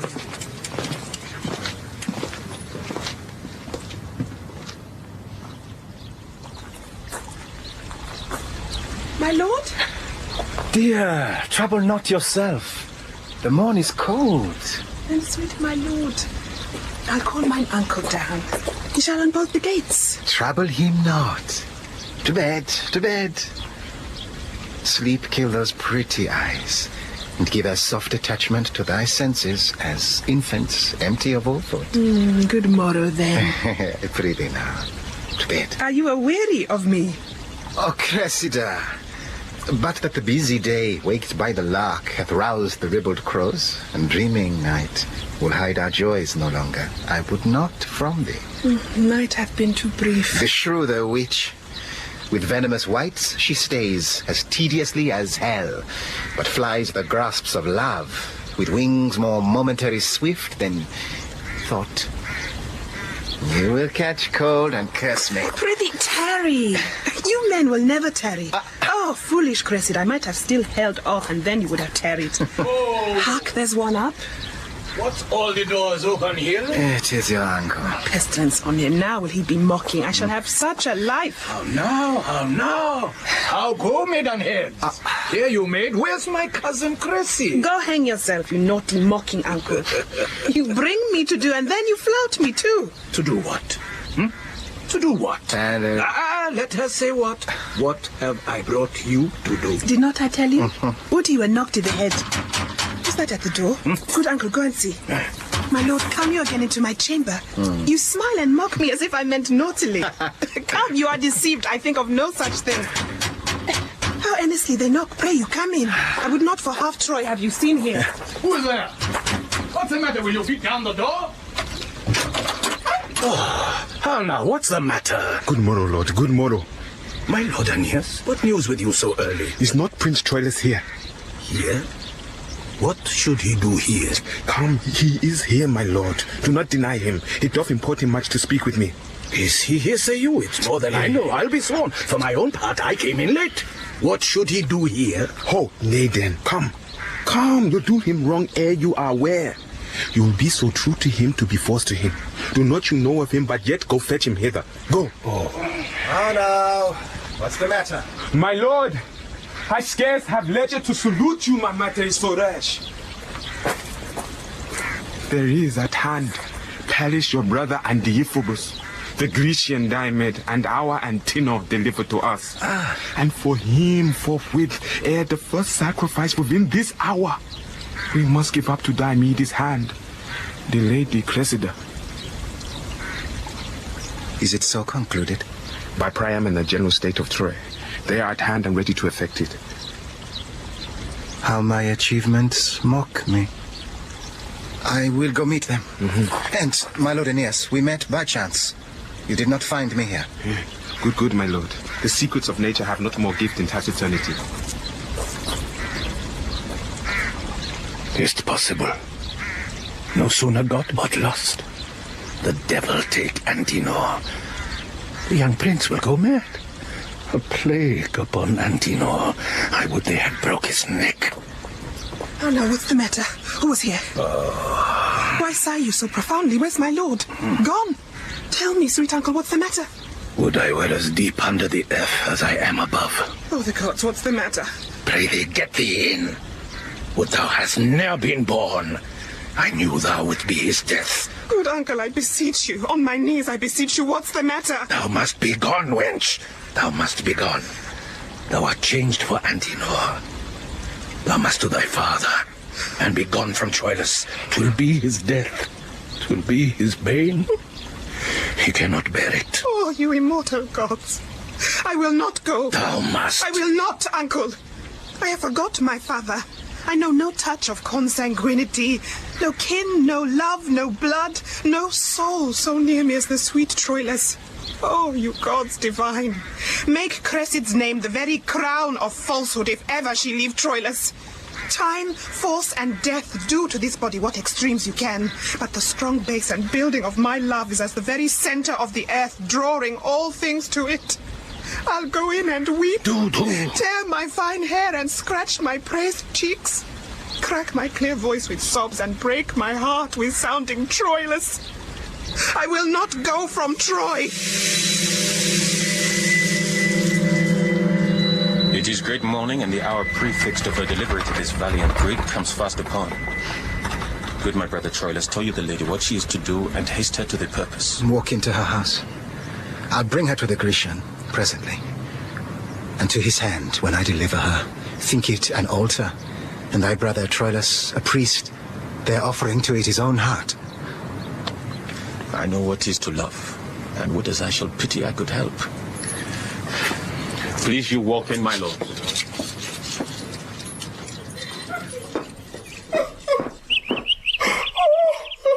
Oh, be moderate, be moderate. Why tell you me of moderation? My love admits no qualifying dross, no more my grief in such a precious loss. Here he comes. Ah, sweet God. Oh, Troilus, Troilus. What a pair of spectacles. Let me embrace too. How now, lads? Cressida, I love thee in so strained a purity that the blessed gods, as angry with my fancy, more bright in zeal than the devotion which cold lips blow to their deities, take thee from me. Have the gods envy? Aye. 'Tis too plain a case. And is it true that I must go from Troy? A hateful truth. What?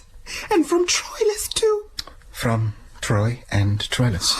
Is't possible? And suddenly, where injury of chance puts back leave-taking, jostles roughly by all time of pause, rudely beguiles our lips of all rejoinder, forcibly prevents our locked embraces, strangles our dear vows even in the birth of our own labouring breath. Injurious time now, with a robber's haste, crams his rich thievery up he knows not how. As many farewells as be stars in heaven, with distinct breath and consigned kisses to them, he fumbles up into a loose adieu, and scants us with a single famished kiss. Distested with the salt of broken tears. My lord, is the lady ready? Hark, you are called. Some say the genius so cries come to him that instantly must die. Bid them have patience. She shall come anon. I must then to the Grecians. No remedy. A woeful Cressida amongst the merry Greeks. When shall we see again? Hear me, my love. Be thou but true of heart. Aye, true. How now, what wicked deem is this? Nay, we must use expostulation kindly, for it is parting from us.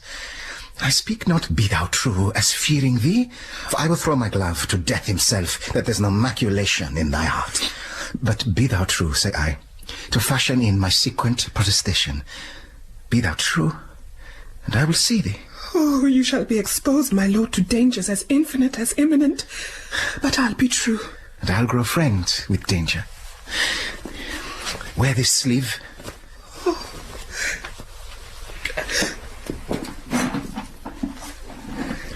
And you, this glove. When shall I see you? I would corrupt the Grecian sentinels to give thee nightly visitation. But yet, be true. Oh, heavens, be true again? Hear why I speak it, love. The Grecian youths are full of quality. They're loving, well composed, with gifts of nature, and flowing o'er with arts and exercise. How novelty may move, and parts with person, alas, a kind of godly jealousy, which I beseech you call a virtuous sin, makes me afeard. Oh, heavens, you love me not. Die I a villain, then. In this I do not call your faith in question so mainly as my merit. I cannot sing, nor heal the high revolt, nor sweeten talk, nor play at subtle games. Fair virtues all, to which the Grecians are most prompt and pregnant.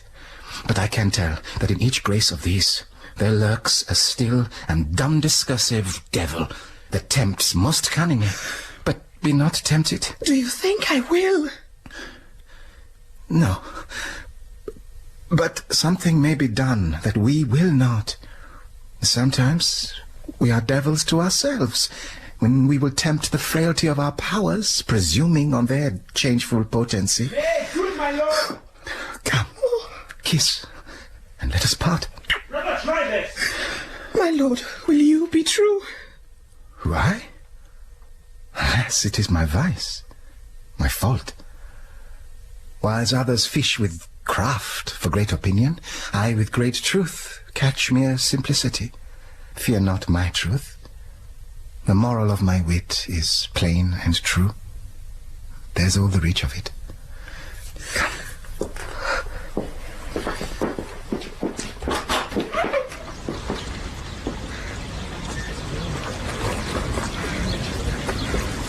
Welcome, Sir Diomed. Here is the lady, which for Antino we deliver you. At the port, Lord, I'll give her to thy hands. And by the way, possess thee what she is. Entreat her fair, and by my soul, fair Greek. There thou stand at mercy of my sword, name Cressida, and thy life shall be as safe as Priam's in Ilium. Fair Lady Cressida, so please you save the thanks this prince expects. The luster in your eye, heaven in your cheek, pleads your fair usage. And to Diomed you shall be mistress, and command him wholly. Grecian, thou dost not use me courteously to shame the zeal of my petition to thee in praising her. I tell thee, Lord of Greece, she is as far high soaring o'er thy praises as thou unworthy to be called her servant. I charge thee, use her well, even for my charge. For by the dreadful Pluto, if thou dost not, though the great bulk Achilles be thy god, I'll cut thy throat. Oh, be not moved, Prince Troilus. Let me be privileged by my place and message to be a speaker free. When I am hence, I'll answer to my lust. And know you, Lord, I'll nothing do uncharged. To her own worth, she shall be prized. But that you say be it so, I'll speak it in my spirit and honour, no. Come to the port.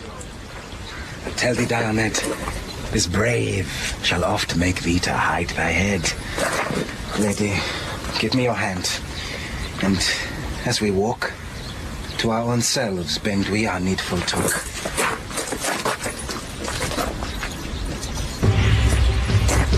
Hark, Hector's trumpet. Oh, how have we spent this morning? The prince must think me tardy and remiss that swore to ride before him to the field. 'Tis Troilus' fault. Come to field with him.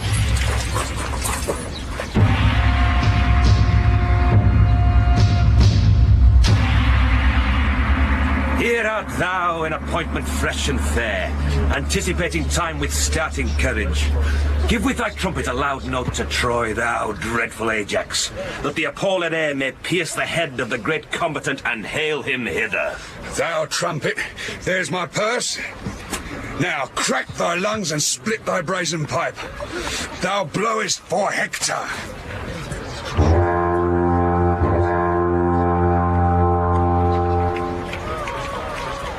No trumpet answers. 'Tis but early days.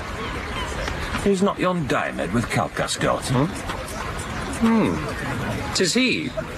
I ken the manner of his gait. He rises on the toe. That spirit of his, in aspiration, lifts him from the earth. Is this the Lady Cressida? Even she. Most dearly welcome to the Greek sweet lady. Our general doth salute you with a kiss. Yet is the kindness but particular. 'Twere better she were kissed in general. And very courtly counsel. I'll begin.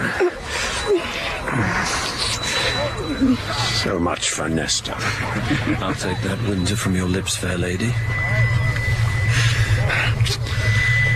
Achilles bids you welcome. I had good argument for kissing once. Oh, but Menelaus, there's no argument for kissing now. For thus popped Paris in his hardiment, and parted thus you and your argument. Patroclus kisses you. Oh, this is trim. Paris and I kiss evermore for him. Menelaus shall have his kiss, sir. Lady, by your leave. In kissing, do you render or receive? Both take and give. I'll make my match to live. The kiss you take is better than you give. Therefore, no kiss. I'll give you 3 for 1. You're an odd man. Give even or give none. An odd man, lady. Every man is odd. No, Paris is not, for you know 'tis true that you are odd and he is even with you. May I, sweet lady, beg a kiss of you? You may. I do desire it. Why beg, then? Why then, for Venus' sake, give me a kiss. When Helen is a maid again, and his. I am your debtor. Claim it when 'tis due. Lady, a word. I'll bring you to your father. A woman of quick sense. Fie upon her. There's language in her eye, her cheek, her lip, nay, her foot speaks. Her wanton spirits look out at every joint and motive of her body. Oh, these encounterers, so glib of tongue, that give accosting welcome ere it comes, and wide unclasp the tables of their thoughts to every ticklish reader. Set them down for sluttish spoils of opportunity, and daughters of the game. Yonder comes the troop. Hail, all you states of Greece! What shall be done to him that victory commands? Or do you propose a victor shall be known? Will you the knights shout to the edge of all extremity pursue each other? Or shall be divided by any voice or order of the field? Hector bade ask. Which way would Hector have it? He cares not. He'll obey conditions. 'Tis done like Hector, but securely done. A little proudly and great deal despising the knight opposed. If not Achilles, sir, what is your name? If not Achilles, nothing. Therefore, Achilles. But where'er know this, in extremity of great and little, valor and pride excel themselves in Hector. The one almost as infinite as all, the other blank as nothing. Weigh him well, and that which looks like pride is courtesy. This Ajax is half made of Hector's blood, in love whereof half Hector stays at home, half heart, half hand, half Hector comes to seek. This blended knight, half Trojan and half Greek. A maiden battle, then. Oh, I perceive you. Here is the Diomed, my lord. Go, gentle knight, stand by our Ajax. As you and Lord Aeneas consent upon the order of their fight, so be it, either to the uttermost or else the breath. Competence being kin, half stints their strife before their strokes begin. My lord, what Trojan is that same that looks so heavy? Ah, the youngest son of Priam, a true knight. Manly as Hector, but more dangerous. For Hector in his blaze of wrath subscribes to tender objects, but he in heat of action is more vindicative than jealous love. They call him Troilus, and on him erect a second hope, as fairly built as Hector. Thus says Aeneas, one that knows the youth even to his inches, and with private soul did in great Ilium thus translate him to me. They are in action! Our Ajax! Hold and hold! Awake thee!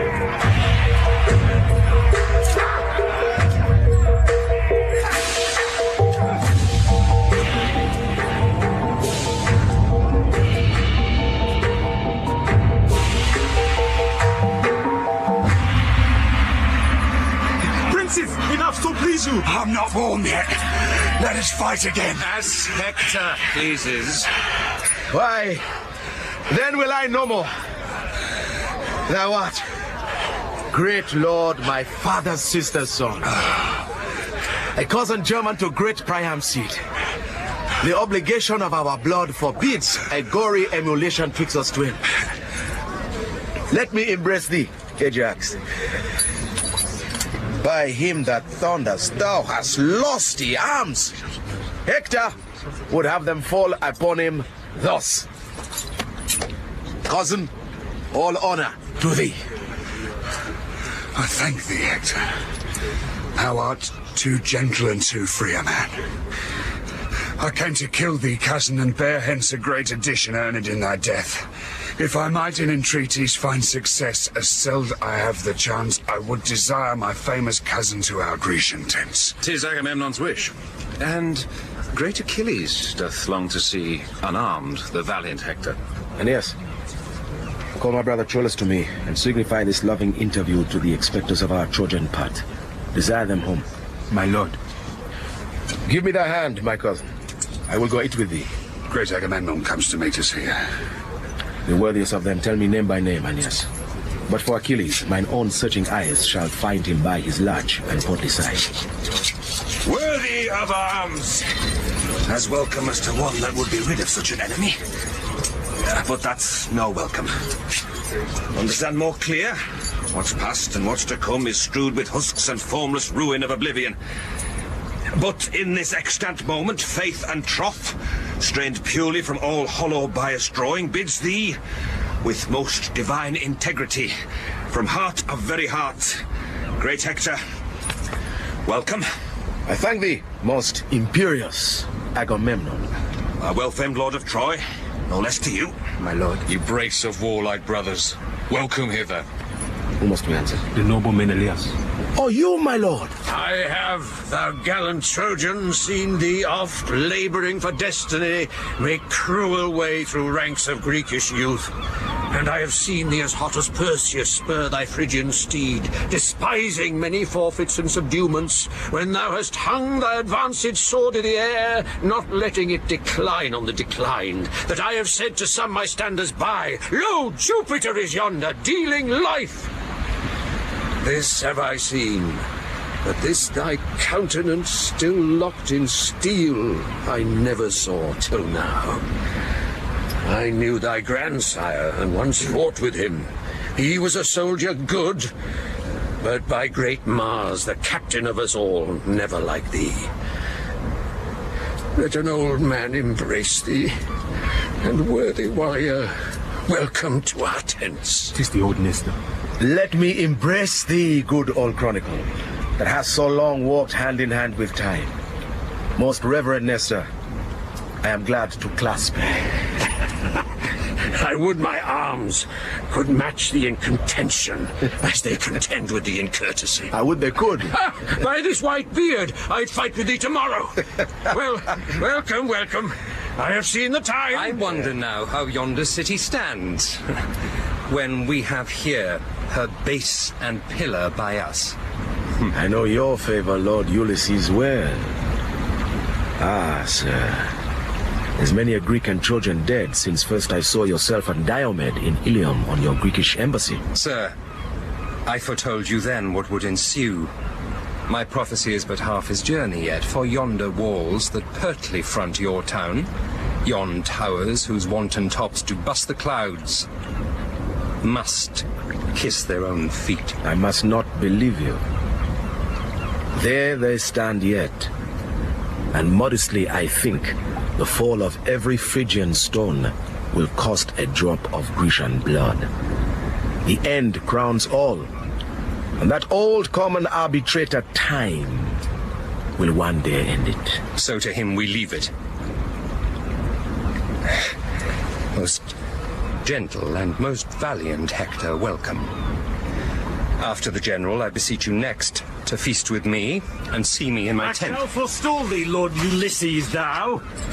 Now, Hector, I have fed mine eyes on thee. I have with exact view perused thee, Hector, and quoted joint by joint. This Achilles? I am Achilles. Stand fair, I pray thee. Let me look on thee. Behold thy fill. Nay, I have done already. Thou art too brief.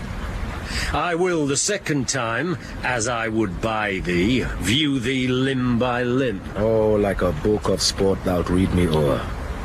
But there's look on thee. Behold thy fill. Nay, I have done already. Thou art too brief.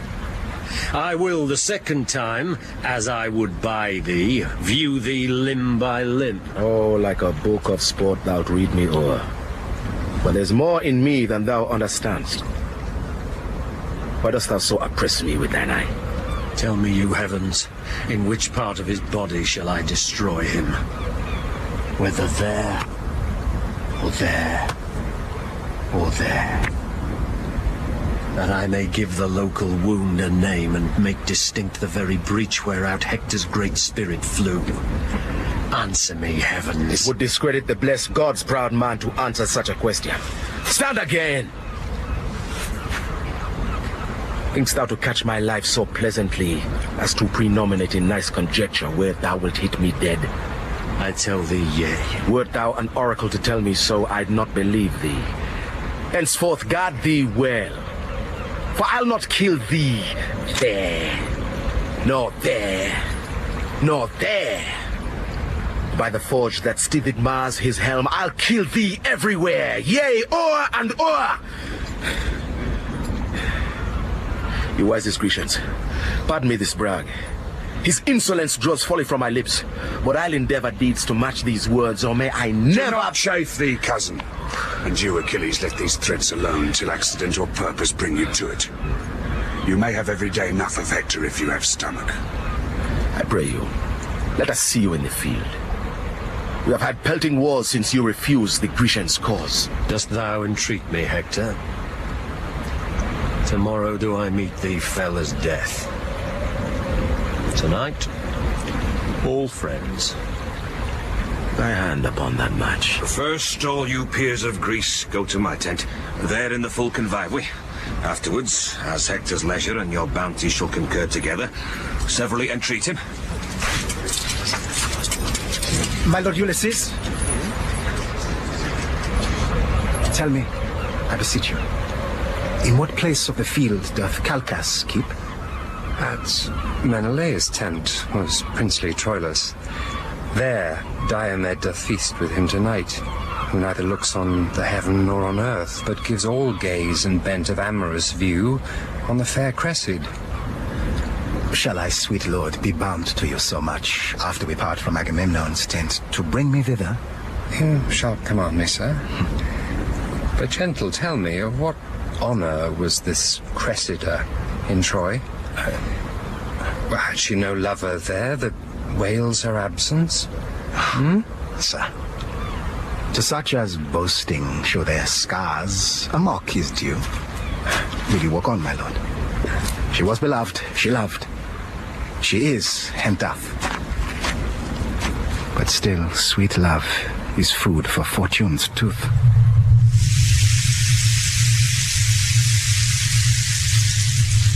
I'll heat his blood with Greekish wine tonight, which with my scimitar I'll cool tomorrow. Patroclus, let us feast him to the height. Here comes Thersites. How now, thou core of envy? Thou crusty botch of nature, what's the news? Why, thou picture of what thou seemest, and idol of idiot worshippers. Here's a letter for thee. From whence, fragment? Why, thou full dish of fool, from Troy. From whence? Prithee be silent, boy. I profit not by thy talk.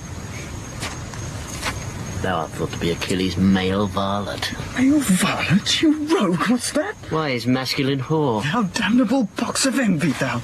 My sweet Patroclus, I am thwarted quite from my great purpose in tomorrow's battle. Here is a letter from Queen Hecuba, a token from her daughter, my fair love, both taxing me and gaging me to keep an oath that I have sworn. I will not break it. Fall, Greeks, fail fame, honor or go or stay. My major vow lies here. This I'll obey. Come, Come, Thersites, help to trim my tent. This night in banqueting must all be spent. Away, Patroclus! With too much blood and too little brain, these two may run mad. But if with too much brain and too little blood they do, I'll be a curer of madmen. Here's Agamemnon, an honest fellow enough, and one that loves quails. But he has not so much brain as earwax, and the goodly transformation of Jupiter there, Menelaus, the bull, the primitive statue and memorial of cuckolds. To what form but that he is, should wit, larded with malice, turn him to? To an ass were nothing, he is both ass and ox. To an ox were nothing, he is both ox and ass. To be a dog, a mule, a cat, a fichu, a toad, a lizard, an owl, a puttock, or a herring without a roe, I would not care. But to be Menelaus? Oh, I would conspire against destiny. Ask me not what I would be if I were not Thersites, for I care not to be the louse of a Lazar, so I were not Menelaus. We go wrong. Heyday! Go wrong. No, sprites and fires. There, where we see the light. I trouble you. No, not a whit. Here comes himself to guide you. Welcome, brave Hector. Welcome, princes all. So now, fair Prince of Troy, I bid good night. Ajax commands the guard to tend on you. Thanks, and good night to the Greeks, General. Good night, and welcome both at once to those that go or tarry. Good night. Good night. Good night. Old Nestor tarries, and you too, Diomed. Keep Hector company an hour or two. I cannot, Lord. I have important business, the tide whereof is now. Good night, great Hector. Give me your hand. Follow his torch. He goes to Calchas' tent. I'll keep you company. Sweet sir, you honor me. So, good night! Good night! Come. Enter my tent. That same Diomed's a false-hearted rogue, a most unjust knave. I will no more trust him when he leers than I will a serpent when he hisses. The sun borrows of the moon when Diomed keeps his word. I will rather leave to see Hector than not to dog him. They say he keeps a Trojan drab and uses the traitor Calchas' tent. I'll after. Nothing but lechery. All incontinent varlets. What? Are you up here? Who? Speak. Of course. Diomed. Stand where the torch may not discover us. Cressida comes forth to him. How now, my charge? Now, my sweet guardian. So familiar. She will sing any man at first sight. And any man may sing her. We can take her clef. She's noted. Will you remember? Remember? Yes. Nay, but do then. And let your mind be coupled with your words. What should she remember? Yes. Sweet honey Greek, tempt me no more to folly. Roguery. Nay then. In faith, I cannot. What would you have me do? What did you swear you would bestow on me? I prithee, do not hold me to mine oath. Bid me do anything but that, sweet Greek. Good night. Hold patience. Oh, no, Trojan. Diomed. No, good night. I'll be your fool no more. Thy better must. Hark, one word in your ear. Plague and madness. You are moved, Prince. Let us depart, I pray you, lest your displeasure should enlarge itself to wrathful terms. This place is dangerous. The time right deadly. I beseech you, go. Behold, I pray you. Nay, good my lord, go off. You flow to great distraction. Come, my lord. Prithee, stay. You have not patience. Come, I pray you stay. And so good night. Nay, but you part in anger. Doth that grieve thee, O withered truth? Guardian, why grief? Foe. Adieu. You palter. In faith, I do not. Come hither once again. Look. You shake, my lord, at something. Will you go? You will break my will. Stay. By Jove, I will not speak a word. There is between my will and all offences a guard of patience. Stay a little while. How the devil luxury with his fat rump and potato finger tickles these together. Fry, lechery, fry. But will you then? In faith, I will, Never trust me else. Give me some token for the surety of it. I'll fetch you one. You have sworn patience. Fear me not, sweet lord. I will not be myself, nor have cognition of what I feel. I am all patience. Now the pledge. Now. Here, Diomed. Keep this sleeve. Oh, beauty, where is thy faith? My lord. You look upon that sleeve. Behold it well. He loved me. Oh, false wench. Give it me again. Whose was't? It is no matter now. I have it again. I will not meet with you tomorrow night. I prithee, Diomed, visit me no more. Now she sharpens. Well said, Whetstone. I shall have it. What, this? Aye, that. Oh, all you gods. Oh, pretty, pretty pledge.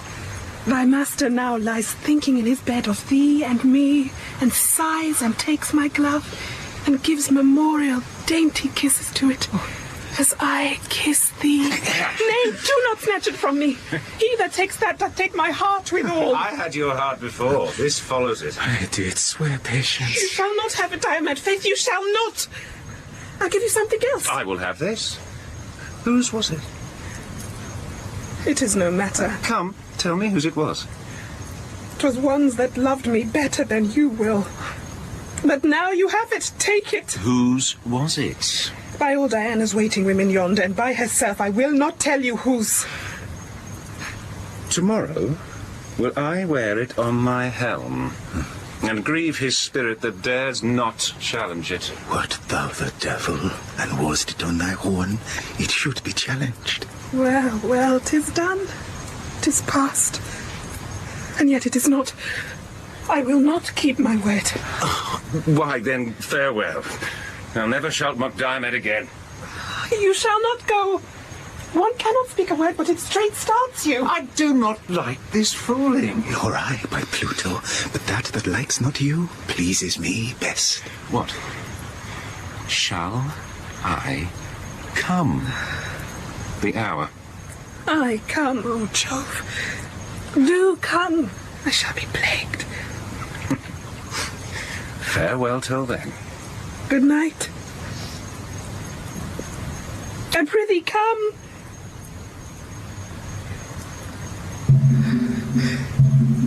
Troilus, farewell.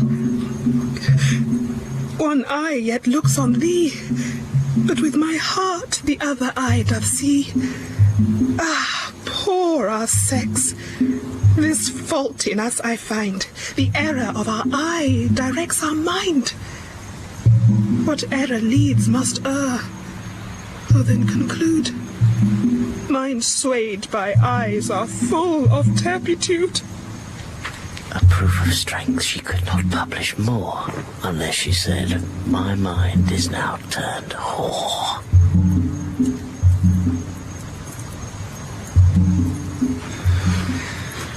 All's done, my lord. It is Why stay we then? To make a recordation to my soul of every syllable that here was spoken. But if I tell how these two did co-act, shall I not lie in publishing a truth? Sith yet there is a credence in my heart, an esperance so obstinately strong, that doth invert the attest of eyes and ears, as if those organs had deceptious functions, created only to calumniate. Was Cressida here? I cannot conjure, Trojan. She was not, sure. Most sure she was. Why, my negation hath no taste of madness. Nor mine, my lord. Cressida was here but now. Let it not be believed. For womanhood. Think, we had mothers. Do not give advantage to stubborn critics, apt without a theme for deprivation to square the general sex by Cressida's rule. Rather think this not, Cressida. What hath she done, Prince, that can soil our mothers? Oh, nothing at all, unless that this was she. This she? No, this is Diomed's Cressida. If beauty have a soul, this is not she. If souls guide vows, if vows be sanctimonies, if sanctimony be the god's delight, if there be rule in unity itself, this Is not she? Oh, madness of discourse, that cause sets up with and against itself. Bifold authority where reason can revolt without perdition, and loss assume all reason without revolt. This is, and is not, Cressida. Instance, oh, instance strong as Pluto's gates. Cressida is mine, tied with the bonds of heaven. Instance, oh, instance strong as heaven itself. The bonds of heaven are slipped, dissolved and loosed, and with another knot, 5-finger tied, the fractions of her faith, oats of her love, the fragments, scraps, the bits and greasy relics of her o'er-eaten faith are bound to Diomed. May worthy Troilus be half attached with that which here his passion doth express. Aye, Greek. And that shall be divulged well in characters as red as Mars, his heart inflamed with Venus. Never did young man fancy with so eternal and so fixed a soul. Hark, Greek. As much as I do Cressida love, so much by weight hate I her Diomed. That sleeve is mine that he'll bear on his helm. Were it a cask composed by Vulcan's skill, my sword should bite it. Not the dreadful spout which shipmen to the hurricane call, come stringed in mass by the almighty sun, shall dizzy with more clamour Neptune's ear in his descent than shall my prompted sword falling on Diomed. Oh, Cressida! False, Cressida! False! False! False! Let all untruths stand by thy stained name, and they'll seem glorious. Oh, contain yourself. Your passion draws ears hither. Aeneas comes. I've been seeking you this hour, my lord. Hector by this is arming him in train. Ajax, your guard, stays to conduct you home. I'm with you, Prince. My courteous lord, adieu. Farewell, revolted fair. And Diomed, stand fast and wear a castle on thy head. Come, my lord. I'll bring you to the gates. Accept distracted thanks.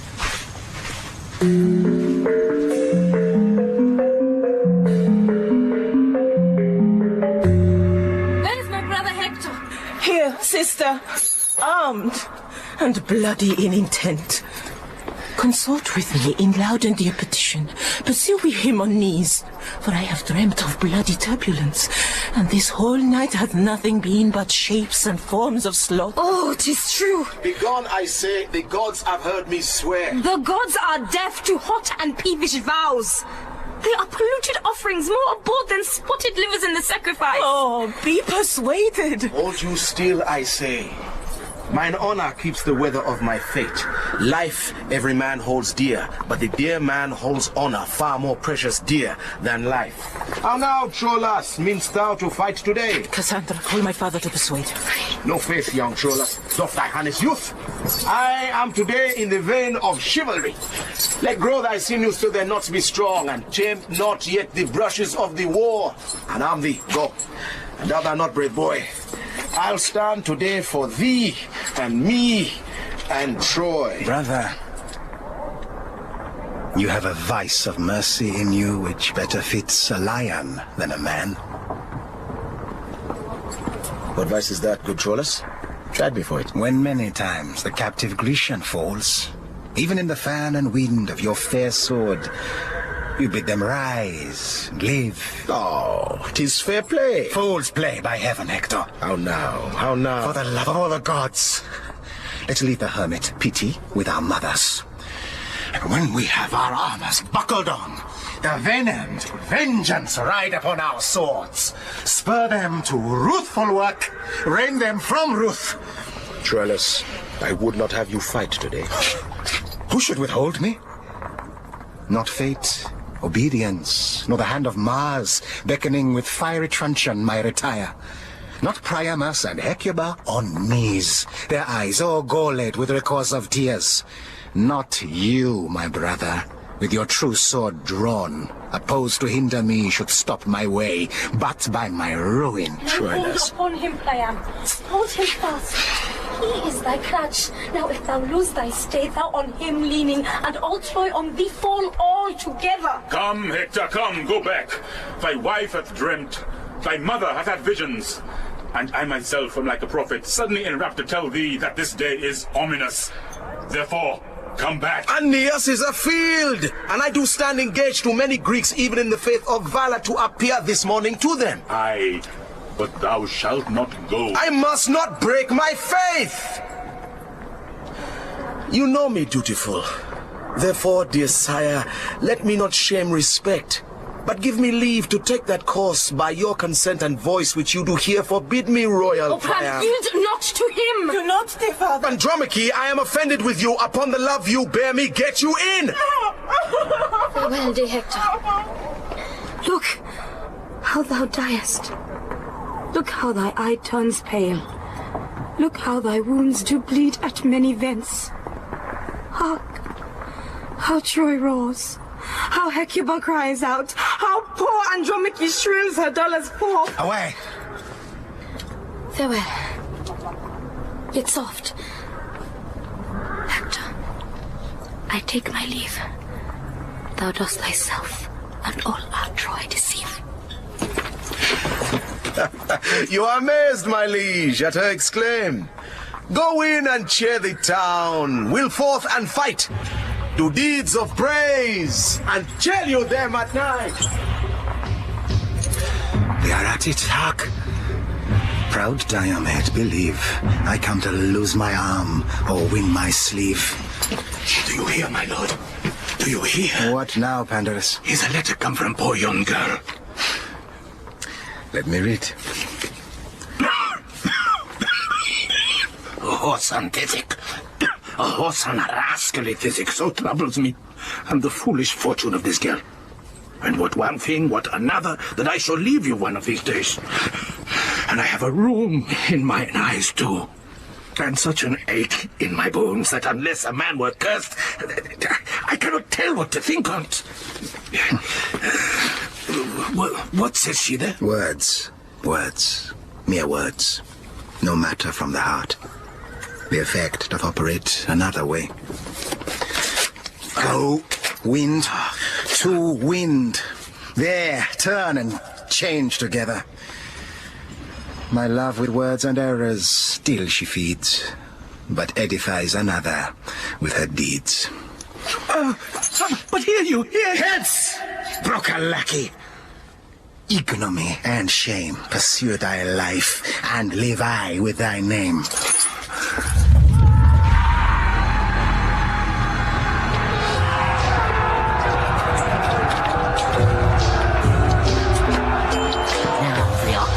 Clawing one another. That dissembling, abominable varlet, Diomed, has got that same scurvy, doting, foolish young knave's sleeve of Troy there, in his helm. Lie not, Diomed! You should start it with a 6! I would swim after! Thou dost miscall retire. I do not fly, but advantageous care withdrew me from the odds of multitudes. Hold thy whore, Grecian! Now for thy whore, Trojan! Now the sleeve! Now the sleeve! What art thou? Quick! Art thou for Hector's match? No! Art thou of blood and honor? No! I am a rascal, a scurvy, railing knave, a very filthy rogue. I do believe thee. God have mercy that thou wilt believe me, but a plague break thy neck for frighting me.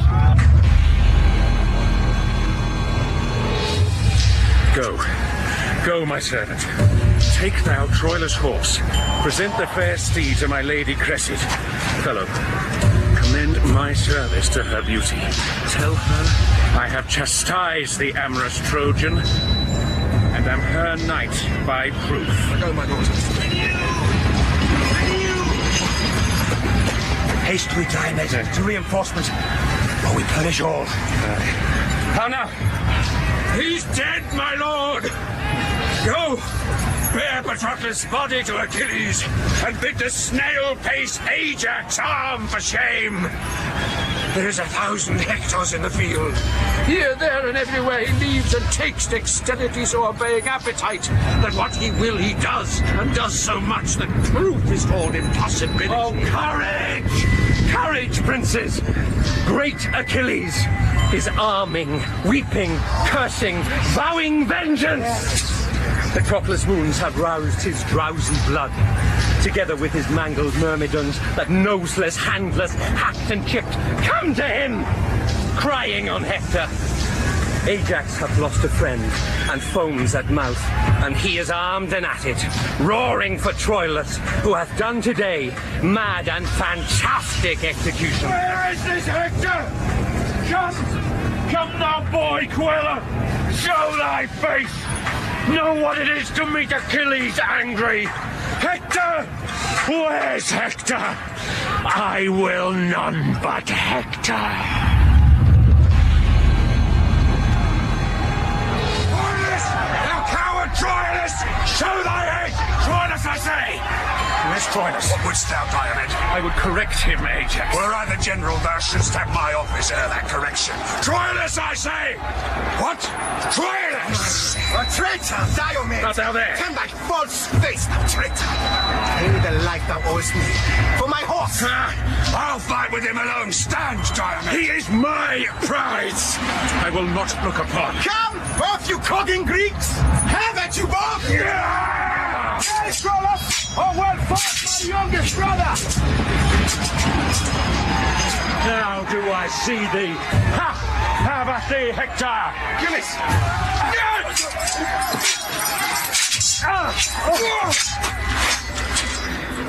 You are disarmed. Pause if thou wilt. I do disdain thy courtesy, proud Trojan. Be happy that my arms are out of use. My rest and negligence befriends thee now, but thou anon shall hear of me again. Till when, go seek thy fortune! Fare thee well!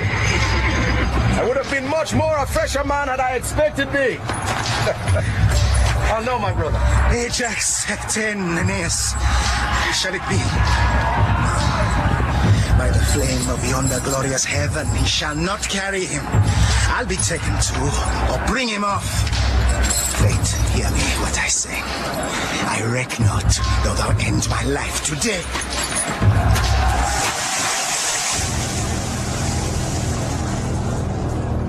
Come here, about me, you, my myrmidons. Mark what I say.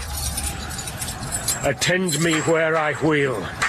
Strike not a stroke, but keep yourselves in breath. And when I have the bloody Hector found, impale him with your weapons round about. In fellest manner, execute your arms. Follow me, sirs, and my proceedings I. It is decreed Hector the Great must die!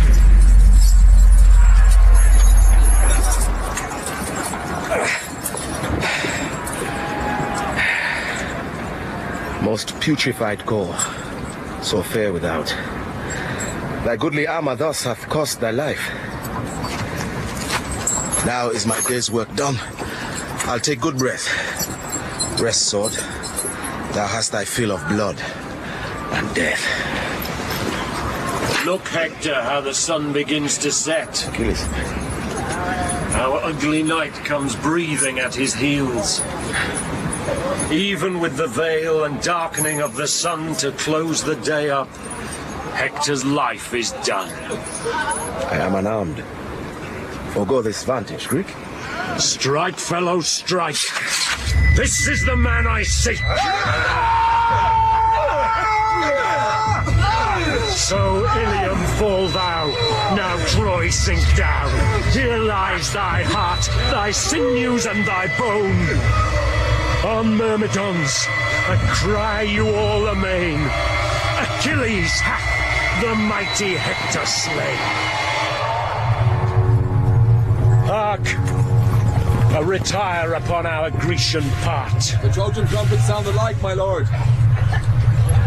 The dragon wing of night o'erspreads the earth, and stickler-like the armies separates. my half-supped sword that frankly would have fed, pleased with this dainty bait, thus goes to bed. Come! Tie his body to my horse's tail. Along the field I will the Trojan trail.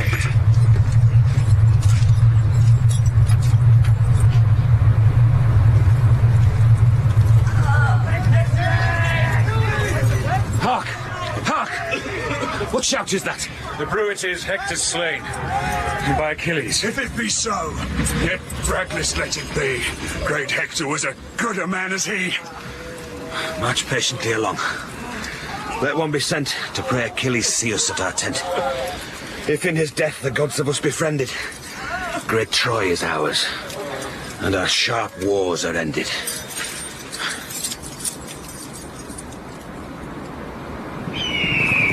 Stand ho! Yet are we masters of the field. Never go home. Here starve we out the night. My lord. Hector is slain. He's dead. And at the murderer's horse's tail in beastly sort, dragged through the shameful field. Frown on, you heavens. Affect your rage with speed. Sit gods upon your thrones and smile at Troy. I say at once, let your brief plagues be mercy, and linger not our sure destructions on. My lord, should you discomfort all the host? You understand me not that tell me so. I do not speak of flight, of fear, of death, but dare all imminence that gods and men address their dangers in. Hector is gone. Who shall tell Priam so? Or Hecuba? Let him that will a screech owl, I be called, go into Troy and say there, Hector's dead. There is a word, will Priam turn to stone. Make wells and Niobes of the maids and wives, cold statues of the youth, and in a word, scare Troy out of itself. But march away. Hector is dead. There is no more to say. You vile, abominable tents, thus proudly pitched upon our Phrygian plains, let Titan rise as early as he dare. I'll through and through you. And now, great-sized coward, no space of earth shall sunder our two hates. I'll haunt thee like a wicked conscience still, that moldeth goblins swift as frenzy's thoughts. Strike a free march to Troy. With comfort, go. Hope of revenge shall hide our inward woe.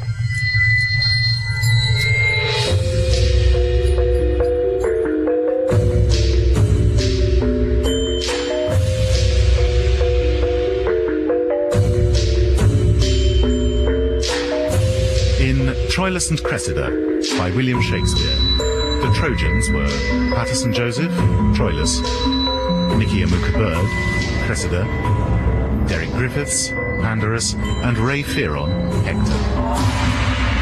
Aeneas was played by Jimmy Akinqbola, Paris, Amuka-Bird, Cassandra, Memisola Ikumelu, Priam, Bird Caesar, and Andromache by Ndidi Ama. The Greeks were Paul Rees, Ulysses, Neil Dudgeon, Achilles, Toby Jones, Thersites, and Harry Myers, Ajax. Agamemnon was played by Gerard, McDermott, Nestor, John Rowe, Diomedes, Jonathan Keeble, Patroclus, Jim Sturgis, Menelaus, John Cummins, and Helen by Colleen Prendergast. Original music was composed and realised by David Pickfans. Troilus and Cressida was directed by Mark Beebe.